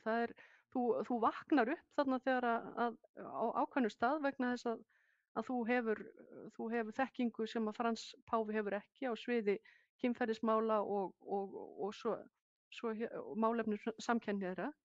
En að öðru leyti að þá svolítið erfitt að sjá hvar það sem þitt viðhorf skín og hvar þú ert virkilega gagnrýnn á Frans. Svo ég taki aftur upp þráðinn þar sem að þið Jón Ásgeir hættuð tengsl lífmiðlægni og guðmiðlægni, þá finnst mér vanta í ritgerðina þína umræðuna tengsl sköpunar og skapara, guðfræðilega umræðu. Þegar að þú segir í þessari doktorsvörn að hið lífmiðlæga og hið guðmiðlæga sé hið sama að kristnum skilningi, þá það ekki alveg á hreinu hvort að sjónarhorn þitt panþeistískt eða panenþeistískt. Hvort þú sérð fyrir þér að heimurinn og veröldin sé Guð eða hvort að hún sé í Guði. Þú talar ekkert það og hér ég ekki í hlutverkinins kennivald sem að segir þú þarft að hafa þetta sjónarhorn eða þetta. Ég bara benda þér á það að þú segir ekkert það. Eða ekki það sem að ég rak augun í. Svo hérna ég í sjálfu sér ekki að gagnrýna skýrslur Sameinuðu þjóðanna eða burðarbréfið, sem ég gæti samt alveg hugsað mér að gera. En ég að velta fyrir mér þínum niðurstöðum, hvaða lærdóm að þú dregur lífmiðlægni eftir nútíma og fjölmenningu frá þessum gögnum og hvaða sem að þú helst gagnrýnir. Og hér hefðu nákvæmari staðsetningar innan tímabila og innan hugmyndafræðilegra skóla hugmyndasögunar innan nútímans hjálpa til við að greina hvaða sem að telja má guðfræðilega nýjungar til að forða fátækt. Já. Já, heyrðu, takk fyrir. Þetta hellingur og ofboðslega áhugavert. Eitt alveg tært og ég held bara að ég þarf bara að taka af allan vafa það. Ég bara fjalla ekki módernisma og postmodernisma. Ég að fjalla það hefur búið að kemba ritgerðina algjörlega varðandi þetta vegna þess að ég sá það að með því að rugla vera yfir höfuð í fyrstu útgáfun sem þið fenguð í hendur, þá var einmitt notað módernismi og eftir nútími, síðnútíma, síðmódernismi og slíkt. Þannig að hugtakið sem ég nota nútími og eftir nútími. Og ég leyfi mér á einhverjum einu eða tveimur stöðum að tala moderníst samfélag, það nú bara til að skreita, en þannig að hugtakið modernismi bara ekki í ritgerðinni, ég afmarka bara, ég fer ekki inn í það fjalla það, og þannig að þessi skilgreining sem ég setti þarna inn, sem að þú last, það bara, til þess að einfalda hlutina, og vera ekki að þvæla með þá ég bara benda á þessa breytingu sem við blasir þegar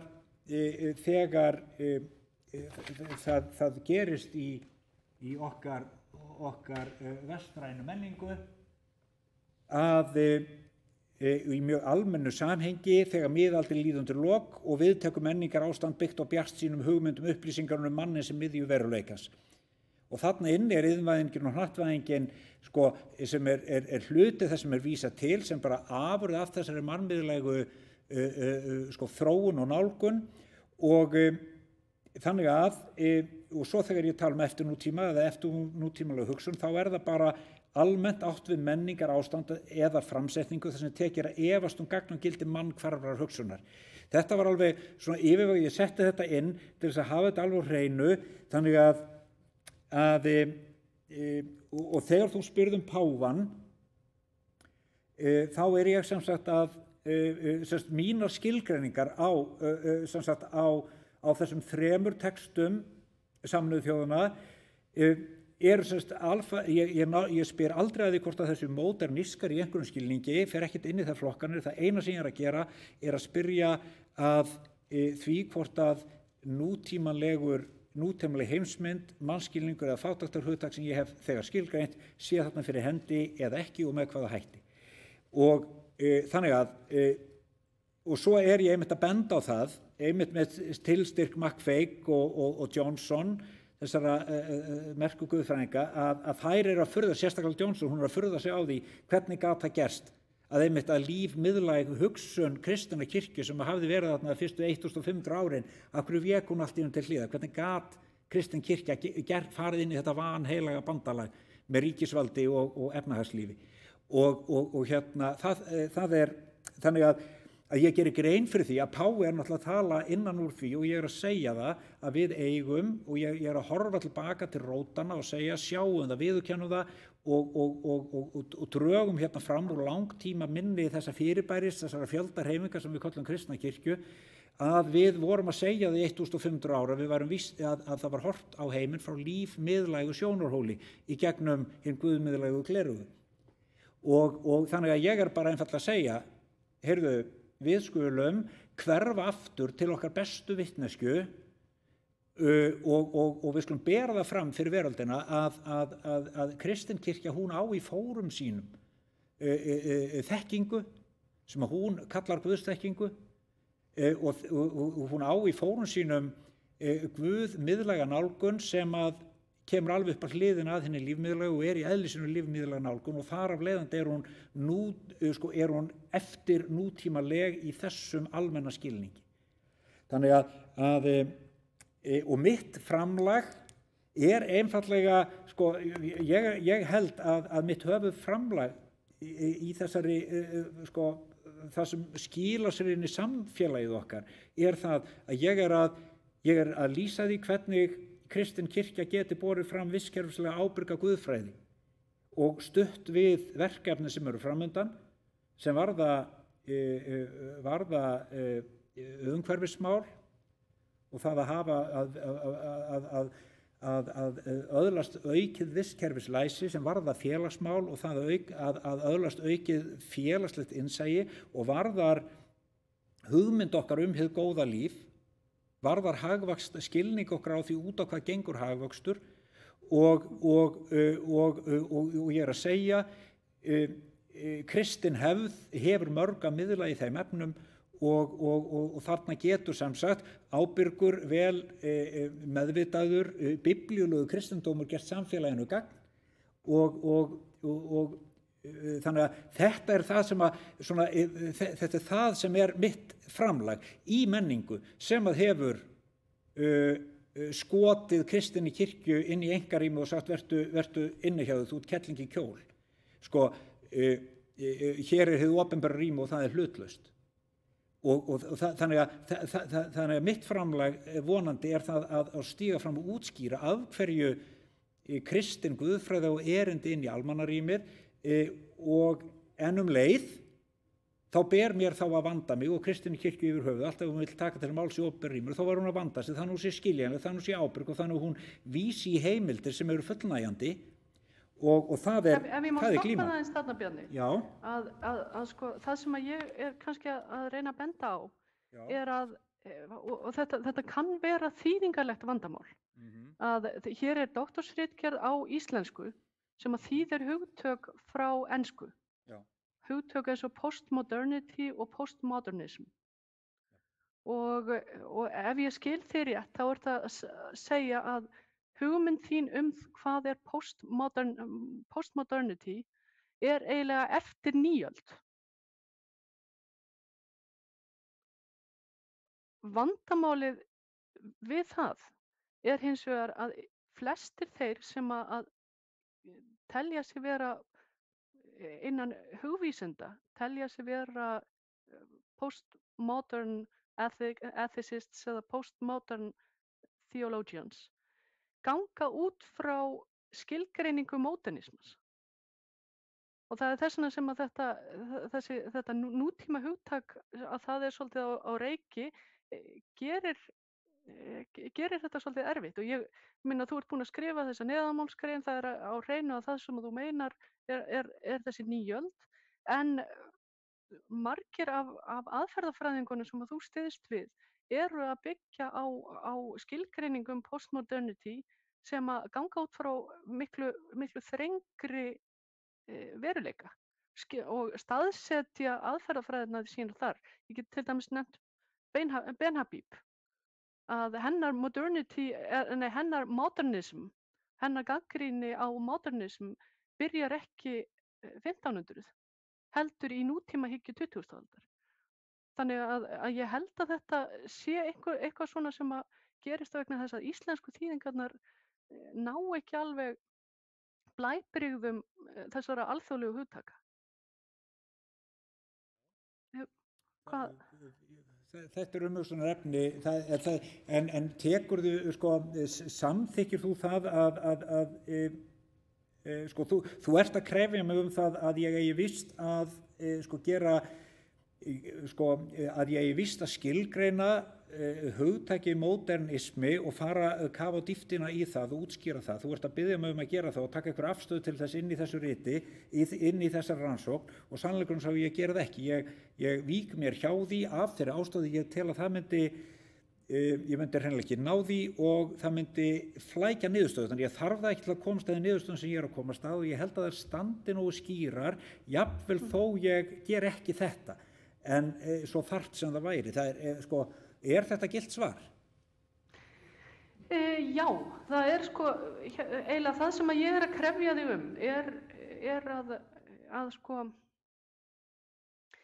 að ef að þú tekur þær ákvarðanir sem þú hefur lagt hér fram að þú sért að gagnrýna 500 ár, hugmyndafræði síðustu 500 ára, þá það alveg ótrúlega stórt verkefni og það kallar á það að þetta verði yfirborðskennt, að greiningin verði yfirborðskennt af því að of mikið undir. Og það ákveðnir kostir sem fylgja því að geta greint í löngum tímabilum. Og þú nefnir sérstaklega Elizabeth Johnson, og sem minnir mig á að þú gleymdir þú vísar alltaf til hennar í heimildaskrá sem að það sé Sólveig Anna sem hafi skrifað greinina og breytir því ekki í síðustu, en það aukaatriði.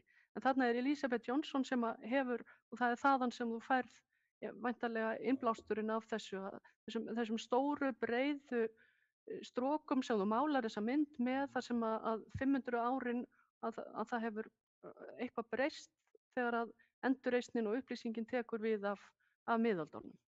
Og það gott og gilt, en þegar þú síðan blandar inn í þetta svona gagnrýni á nýöldina sem heild, að þá finnst mér þarna finnst mér líka vanta að þú sért meira konkrét, að hvað í nýöldinni, að það svona blandast svolítið saman hvenær þú ert að tala iðnbyltinguna, hvenær þú nefnir nú ekki kapitalismann mikið, þó þú talir aðeins að grilla á daginn og græða á daginn og grilla á kvöldin, en svona að hugmyndastefnur síðustu 500 ára verða bara að einum stórum potti þarna. En viltu segja eitthvað, já, þannig að punkturinn minn hvenær erum við á fortíðaflippi? Hvenær erum við bara, heyrðu, já, við erum á móti síðustu 500 árum og þess vegna förum við bara aftur yfir á miðöldina. Og svo kemur og ég veit að ég er að búa til svona, ég er að gera of stóra mynd, en ég geri það bara til þess að fá fram hvað það sem ég er að hugsa. Að sko, hvenær það sem að páfinn segir bara, heyrðu, nú bara aftur komið tími kirkjunnar og nú tökum við upp miðaldakenningarnar og hér mennskan og hér heimurinn og svo höldum við bara áfram prójektinu frá miðöldum, sko.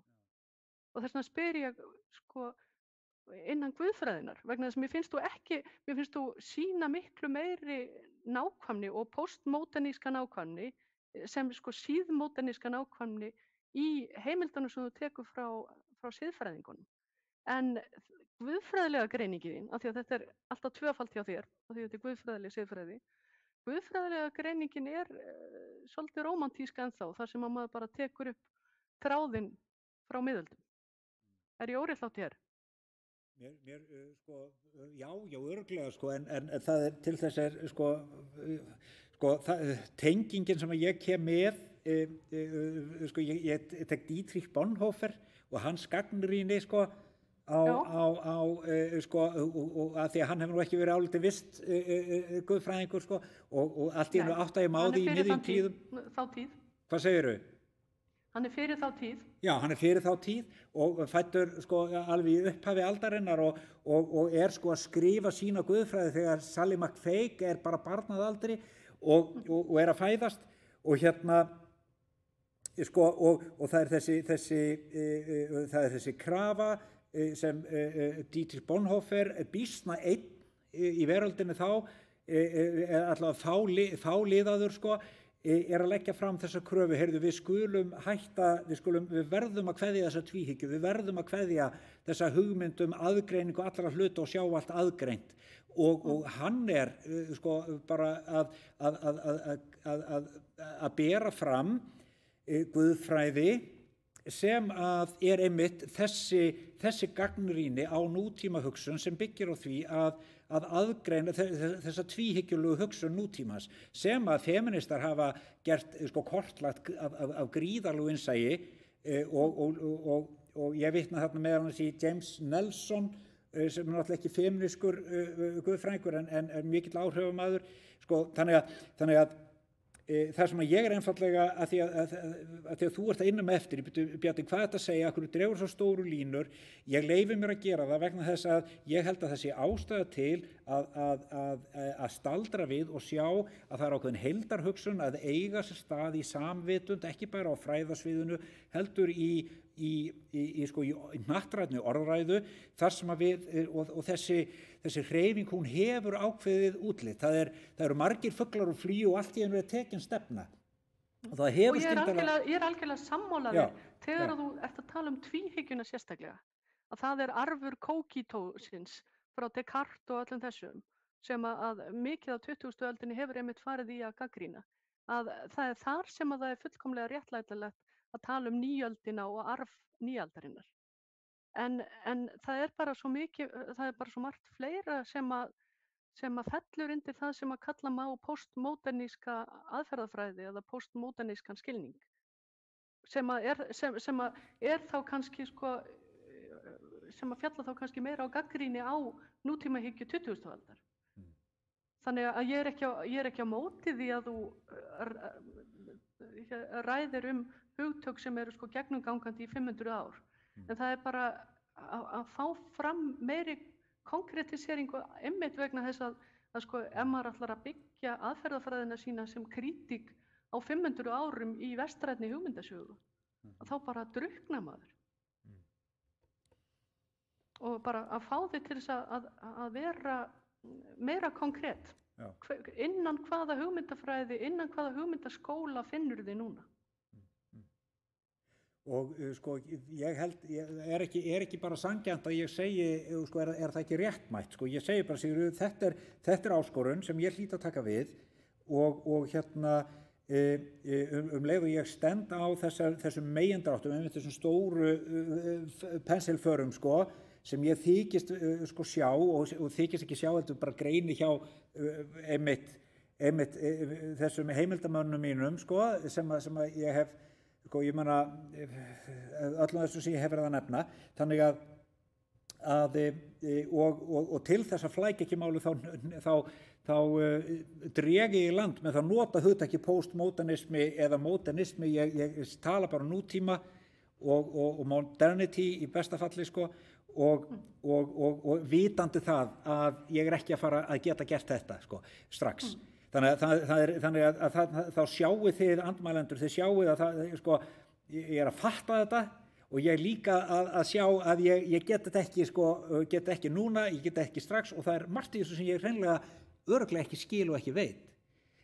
Þannig að hérna, ég bara tek við þessu. Ég hef eins og... Hvað viltu segja um þetta með, sko, ef að þú heldur guðmiðlægni og lífmiðlægni algjörlega, ef að það verður eitt og þú segir að það sé hinn kristna lífskoðun, hvað, er þetta þá algeiðistrú? Er þetta panþeismi eða sko, þarna eru sko, heimsfræðilegar skilgreiningar sem að, sko, ef þú ætlar að koma með þessa kröfu og ég er ekki ósammála þeirri kröfu, ég myndi sjálf segja að guðmiðlægni og lífmiðlægni væru ef ekki það sama en að minnsta mjög nálægt hvert öðru. En sko, þá þarftu líka að skilgreina þína eigin svona frumspeki stöðu innan þessa. Er Guð og jörðin það sama? Er Guð og alheimurinn það sama? Eða sko, hvernig tengist endin og heildin? Og þá má ég svara þessu.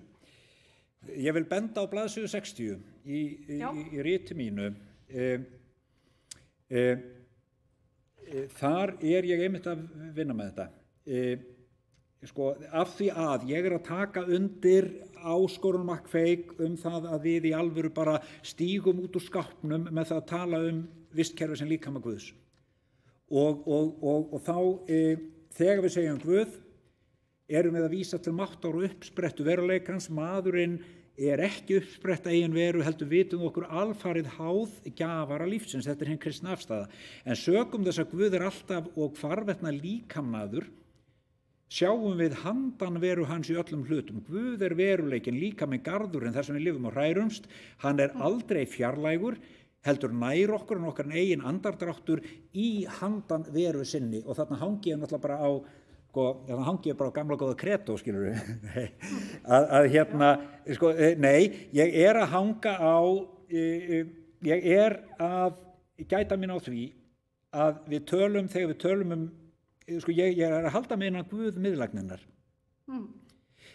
Bara, sko, þegar Gustafsson lýkur sínu stóra riti, sko, God will be God, God will not be manipulated, sko, þannig lýkur hann sínu stóra riti sína siðfræði, þar sem hann leggur fram meðal mannskilningi sem ég grunda, sem ég stend á í þessari rannsókn minni.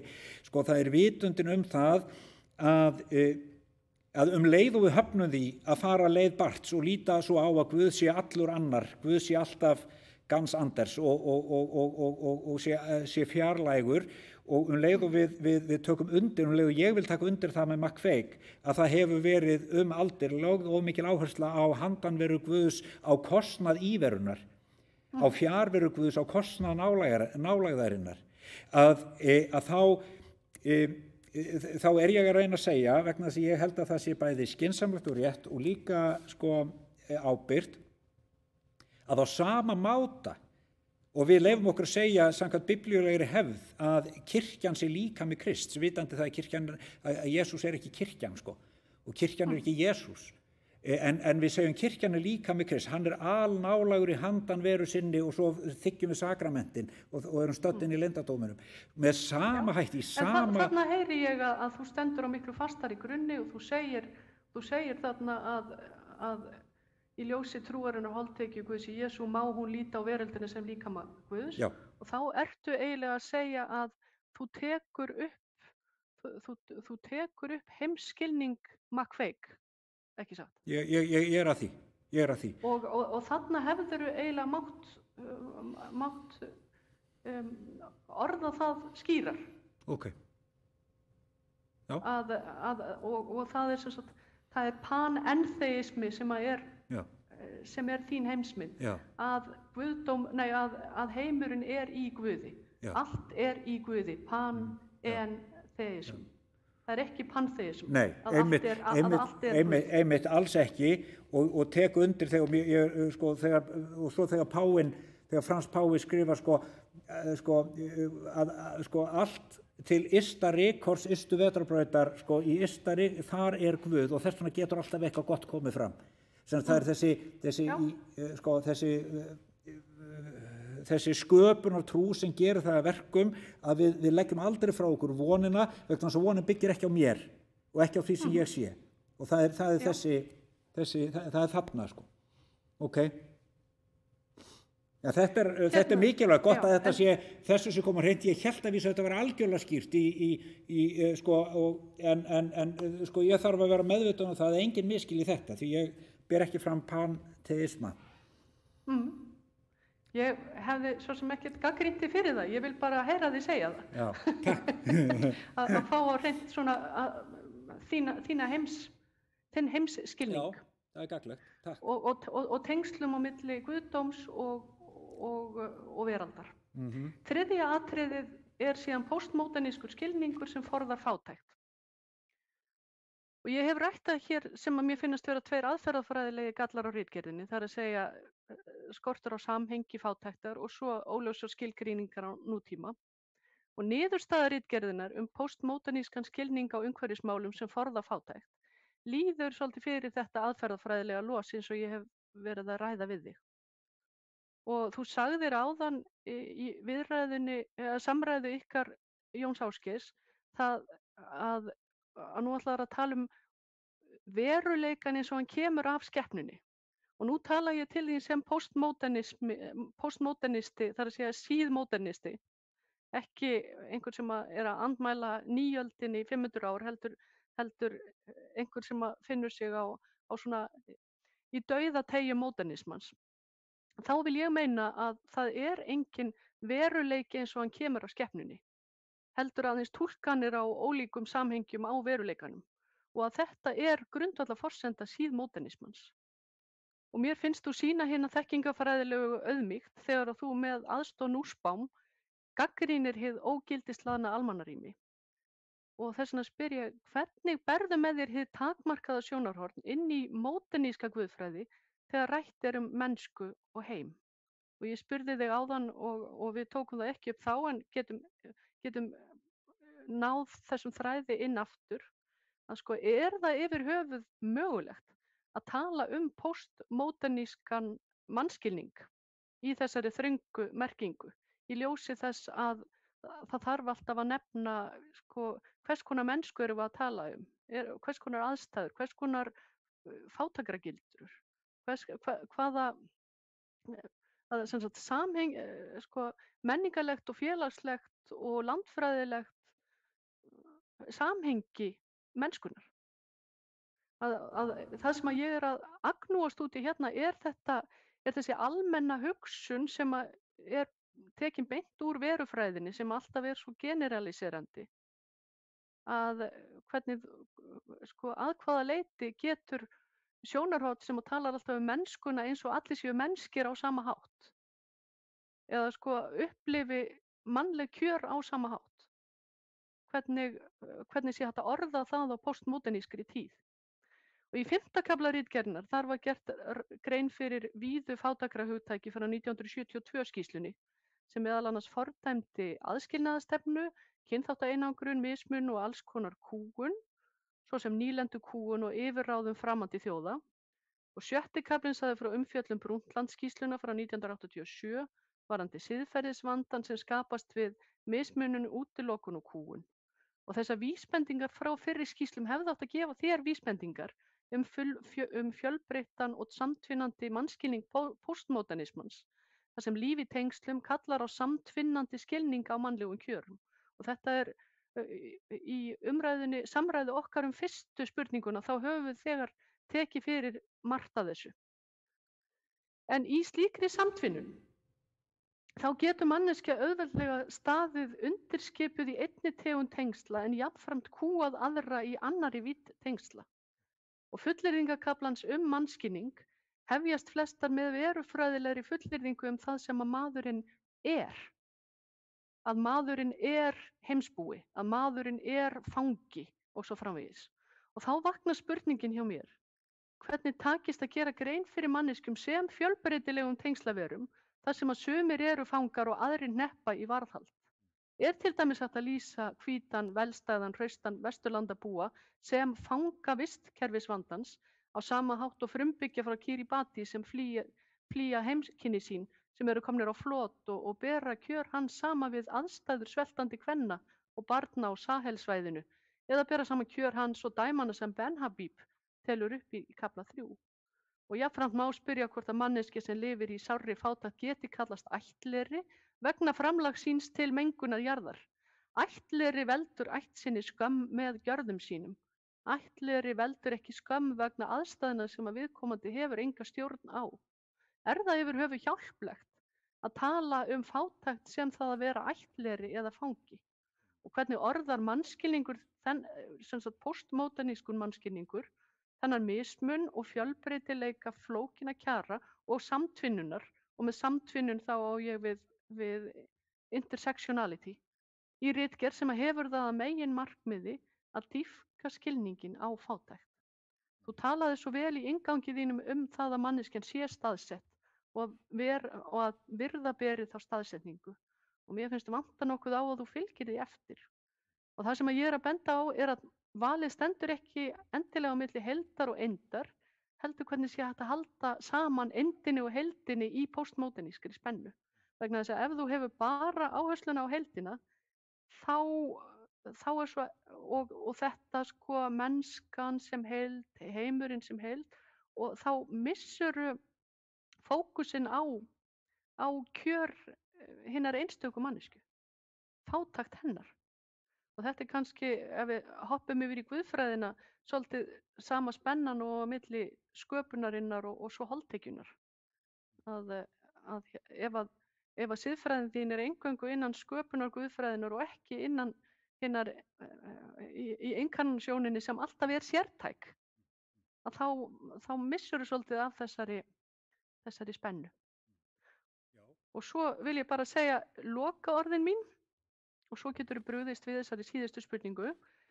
Eftir að hafa sett þessa aðferðafræðilegu fyrirvara, þá langar mig til að lýsa yfir ánægju minni að þú hafi tekið þér fyrir hendur að greina skýrslu Sameinuðu þjóðanna og umburðarbréf páfans út frá siðfræðilegum og guðfræðilegum forsendum, og ég tel að því feng fyrir íslensk hugvísindi og umhverfisfræði. Og ég deili áherslum þínum mikilvægi lífmiðlægni fyrir nútíma hugsun og að þróunarmál og umhverfismál séu skoðuð sameiginlega. Og ég deili líka með þér ást á vistguðfræði og ég tel mikilvægt að hugmyndakerfi trúarbragða sem enn móta hugarheim og gildi þorra mannkins fái sinn sess þegar unnið að lausnum á stærstu ógn lífríkis jarðar. Ég deili líka með þér áherslum þínum mikilvægi þess að hugsa fátækt og umhverfismál saman og að lausnir á loftslagsvandanum verði jafnframt til að forða fátækt. Og ég vona að þessar 3 vangaveltur sem ég hef hér sett fram geti átt þátt í því að spinna þræði til frekari umræðina og greininga. Yfir til þín. Takk fyrir, Sigríður, takk fyrir þetta og mér finnst þú vera sanngjarn og þú ert að biðja það að þú ert að spyrja einmitt þetta, hið almenna og hið sértæka, þetta bara krafa, þú ert örugglega með Ben Habib í huga og hérna líka og að við missum ekki þetta samhengi heildar og eindar, og það akkurat það sem ég að vona að sé kjarnin í því sem ég að bera fram, kjarnagagnrýnin, kjarnahvatningin, missum ekki sjónar og samhengi, gerum þá kröfu á menningunum okkar og hún sé læs á samhengi, hvort sem það varðandi umhverfismál, félagsmál eða efnahagsmál. Kannski hef ég, þú ert að biðja mig það og þú ert að segja að það skorti þegar þú saknar þess að sjá ekki skýrari greiningar á því hvernig fátækt raunverulega blasir við og ert að spyrja, eru allir jafn ábyrgir og hægt að taka manni bara fyrir og segja hann bara ættleri og bara allt fólk bara tekið jafnt. Og fangi. Hvað segirðu? Og fangi. Og fangi, já. Ættleri og fangi. Akkurat. Og ég skal, þá því til að svara að í ritgerðinni ger ég grein fyrir því hvernig sérstaklega sko þegar kemur að Brundtland-skýrslunni, hvernig hún fjallar það sem ég kalla fátæktarsvelgi, þar sem að annars vegar eru þar sem að nútíma stórfyrirtæki með sínum umsvifum fara og arðræna, svo við notum massíft orðalag, þriðja heims lönd, ryðja sér þar til rúms í bókstaflegum skilningi, framleiða allt mögulegt, fara með það inn á sinn markað og selja það, og markaðurinn er verndaður fyrir tollum og verndaður, tollaverndaður, og þannig að það sem þessi lönd sjálfur að framleiða, það kemst aldrei inn á hinn vestræna markað, og svo þegar búið að offramleiða, pluss auk þess sem að jarðvegurinn í viðkomandi löndum er ofnýttur og eyðilagður, þá er afganginum, jafnvel afgangurinn fluttur til þróunarlandanna til þess að gefa þetta af meintri gæsku, en á sama tíma er fátækur almenningur í þessum löndum hrakin út á jaðar byggilegra svæða, og þau enda með því að eyðileggja jarðveginn sem þau eru fædd í, vegna þess að það er eina leiðin þeirra til þess að lifa af, að taka lönd sem áður voru, sem að eiga ekki að vera, sem er ekki hentu til akuryrkju eða beitar, ryðja skóga og í rauninni að saga greina sem þau sjálf sitja. Og þannig verður til fátæktarsvelgir, og hvað veldur þessu? Jú, mjög margt. Það eru allir að spila, stærstur hluti allir sem taka þátt, og það er okkur það sem kemur mjög skýrt fram, og kemur skýrt fram í rannsóknum minni, að allir sem eru að taka þátt eru að gera það bara spilandi innan almennra regla.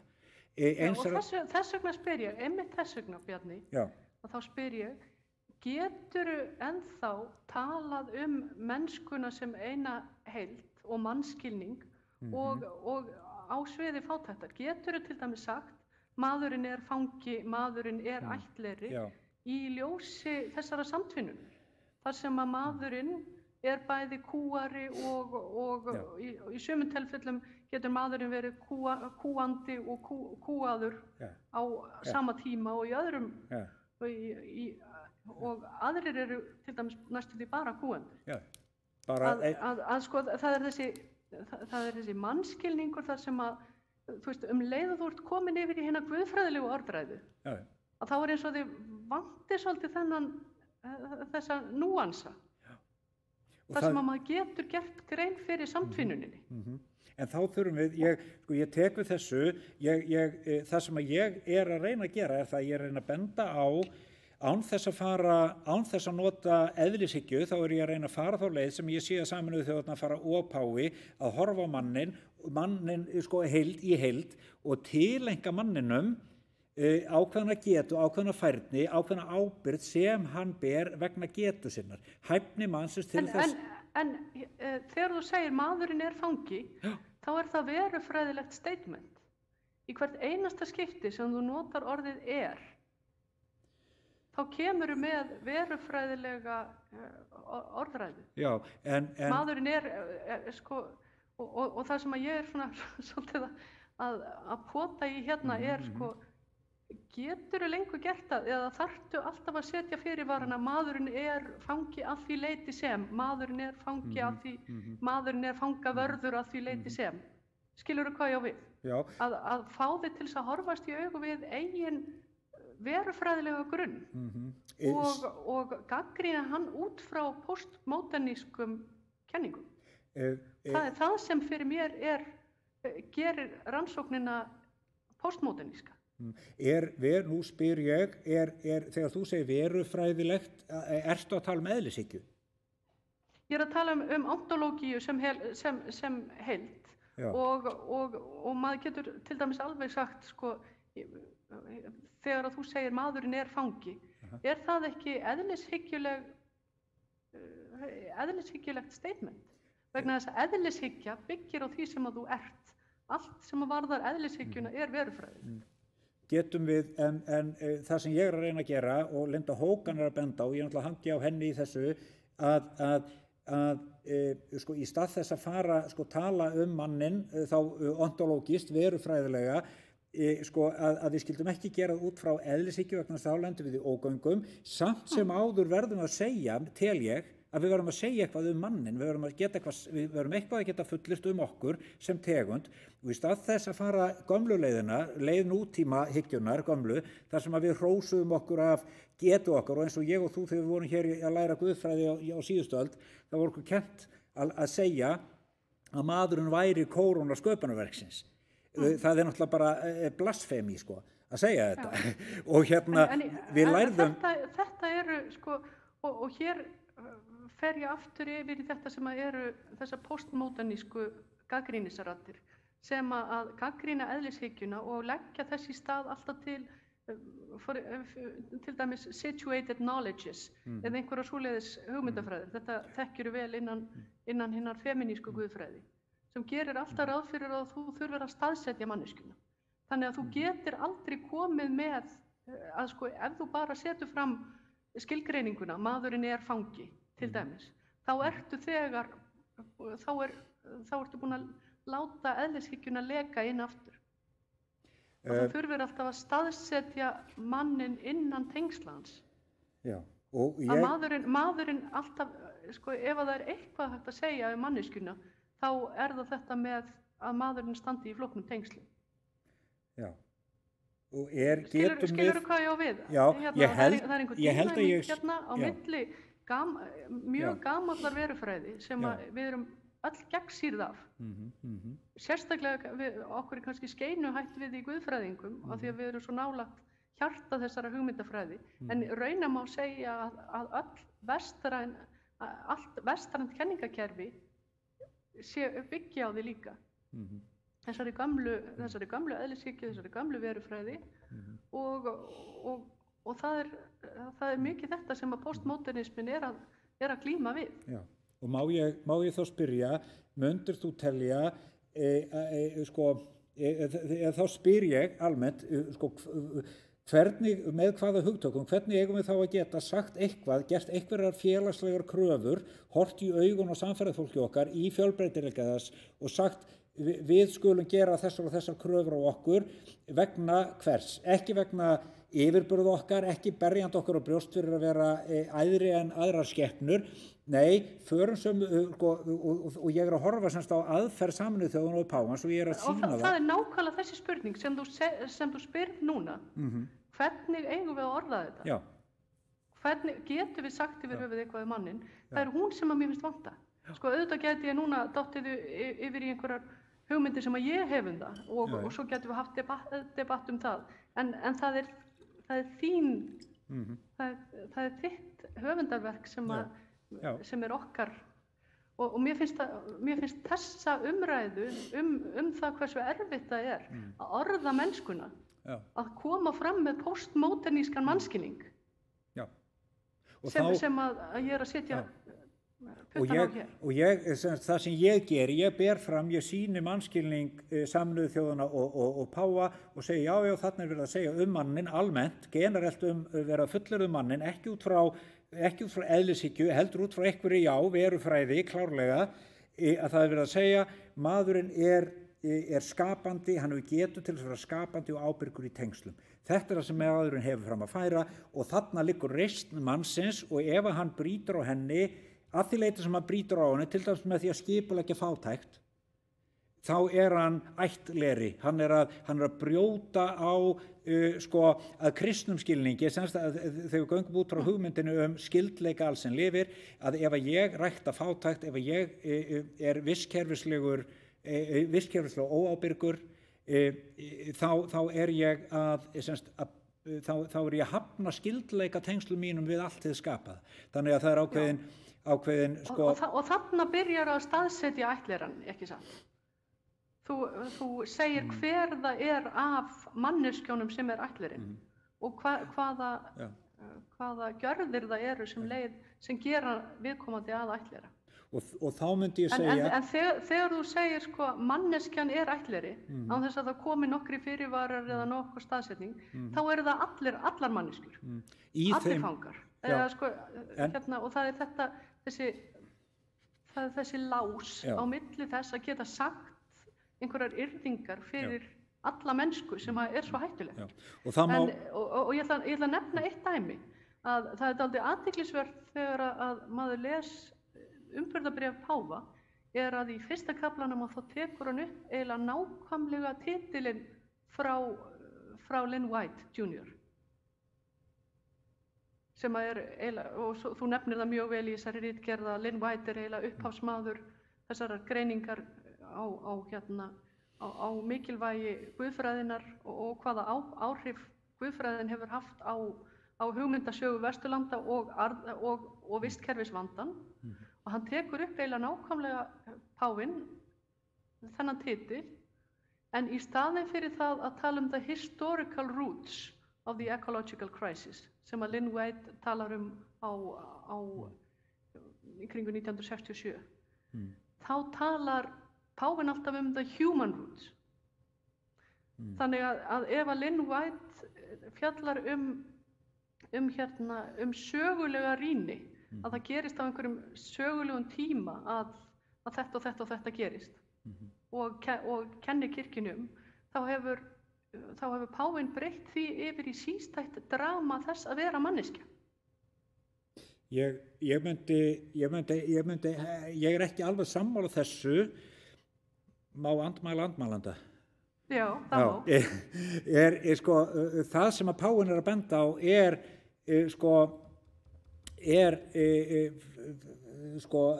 það sem hann kallar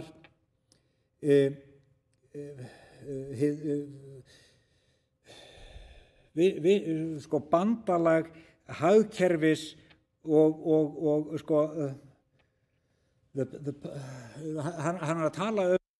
hann talar um það hvernig hinn tækni hagræni túlkunarrammi nútíma menningarinnar valdi kremji lífið, og ásökun hans, stóryrði hans snúa af hinnum tækni hagræna túlkunarramma nútíma menningar og það er gegn henni sem hann snýst alveg eindregið. Hann er ekki að snúast almennt og hans fullyrðing gengur ekki út á það að maðurinn sé svona og hinsegin, heldur það er hann alveg eindregið sem góður og gildur fulltrúi sinnar frelsunarguðfræði að benda á rangláta strúktúra og þegar ég tek undir það og segi að í þessum skilningi sé maðurinn eitt eða annað, þá er það alltaf í þeim skilningi, þeim víða skilningi sem vísar til bara samfélagslegra ábyrgðar, það að tilheyra samfélagi. Að því leyti sem ég til dæmis tilheyri íslensku samfélagi, þá er ég þáttakandi í hræðilegri ósjálfbærni, ég er þáttakandi í hræðilegri misnotkun og misþyrmingu á vistkerfi tilheyrandi mínu samfélagi. Og það er nákvæmlega það sem páfinn gerir, að hann tekur umhverfisverndarbaráttuna og hann setur hana inn í maskínu guðfræðinnar synd og fyrirgefningu. Og til þess að gera það þá þarf hann að byggja á einhverju svona verufræðilegum forsendum syndina. Við þurfum ekki að lengja þetta mála því að þetta snýst kannski meira viðhorf páfans heldur en þitt, og þannig að það geti orðið bara hnikun en það væri gott að við ræddum það einhvern tímann, af því að mér finnst efnið áhugavert. En það sem að ég hef verið að reyna að fá þig til að gera er að setja fleiri neðamálsgreinar á verufræðilegar fullyrðingar eins og maðurinn er fangi og maðurinn er ættleri. En ég þakka fyrir svörin þín og góð svör og skemmtileg. Og ég hef lokið mínu. Kæra þakkir.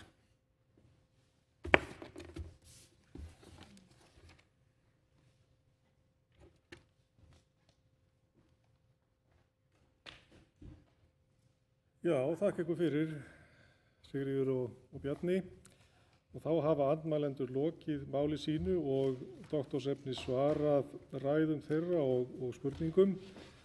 Og með þessum orðum lýkur þá vörninni Nú vil ég biðja andmælendurna að fylgja mér afsíðis, annan í bókstaflegri merkingu og hinn tæknilega séð, svo hægt sé að meta frammistöðu doktorsefnisins. Ég vil jafnframt biðja doktorsefnið og aðra hér í salnum fyrir utan sviðsforseta að halda kyrru fyrir í sætum sínum á meðan. Við komum aftur að varmu spori. Og ég oft væntanlega. Já, við hefum í hér annars staðar.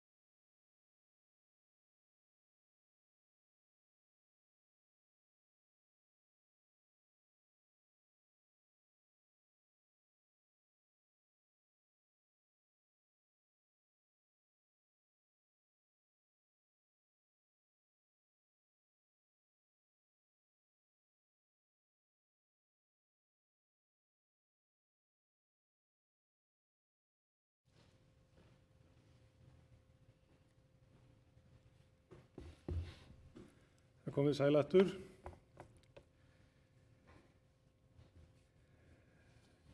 Ég vil biðja Bjarna að standa hér eins og rísa á fætur eins og þú varst búin að gera og hlýða á dóm doktorsprófið. Eftirfarandi hefur verið bókað í doktorsprófabók hugvísindasviðs.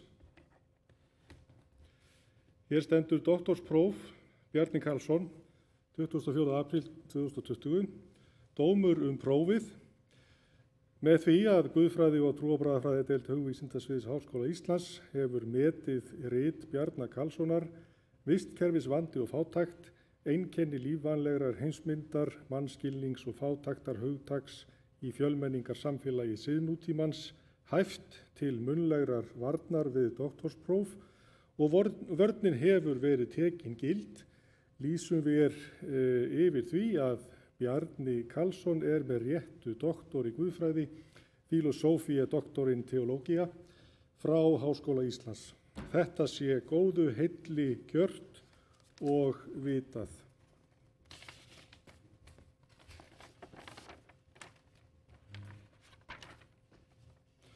Og undir þetta rita Jón Ásgeir Kalmansson,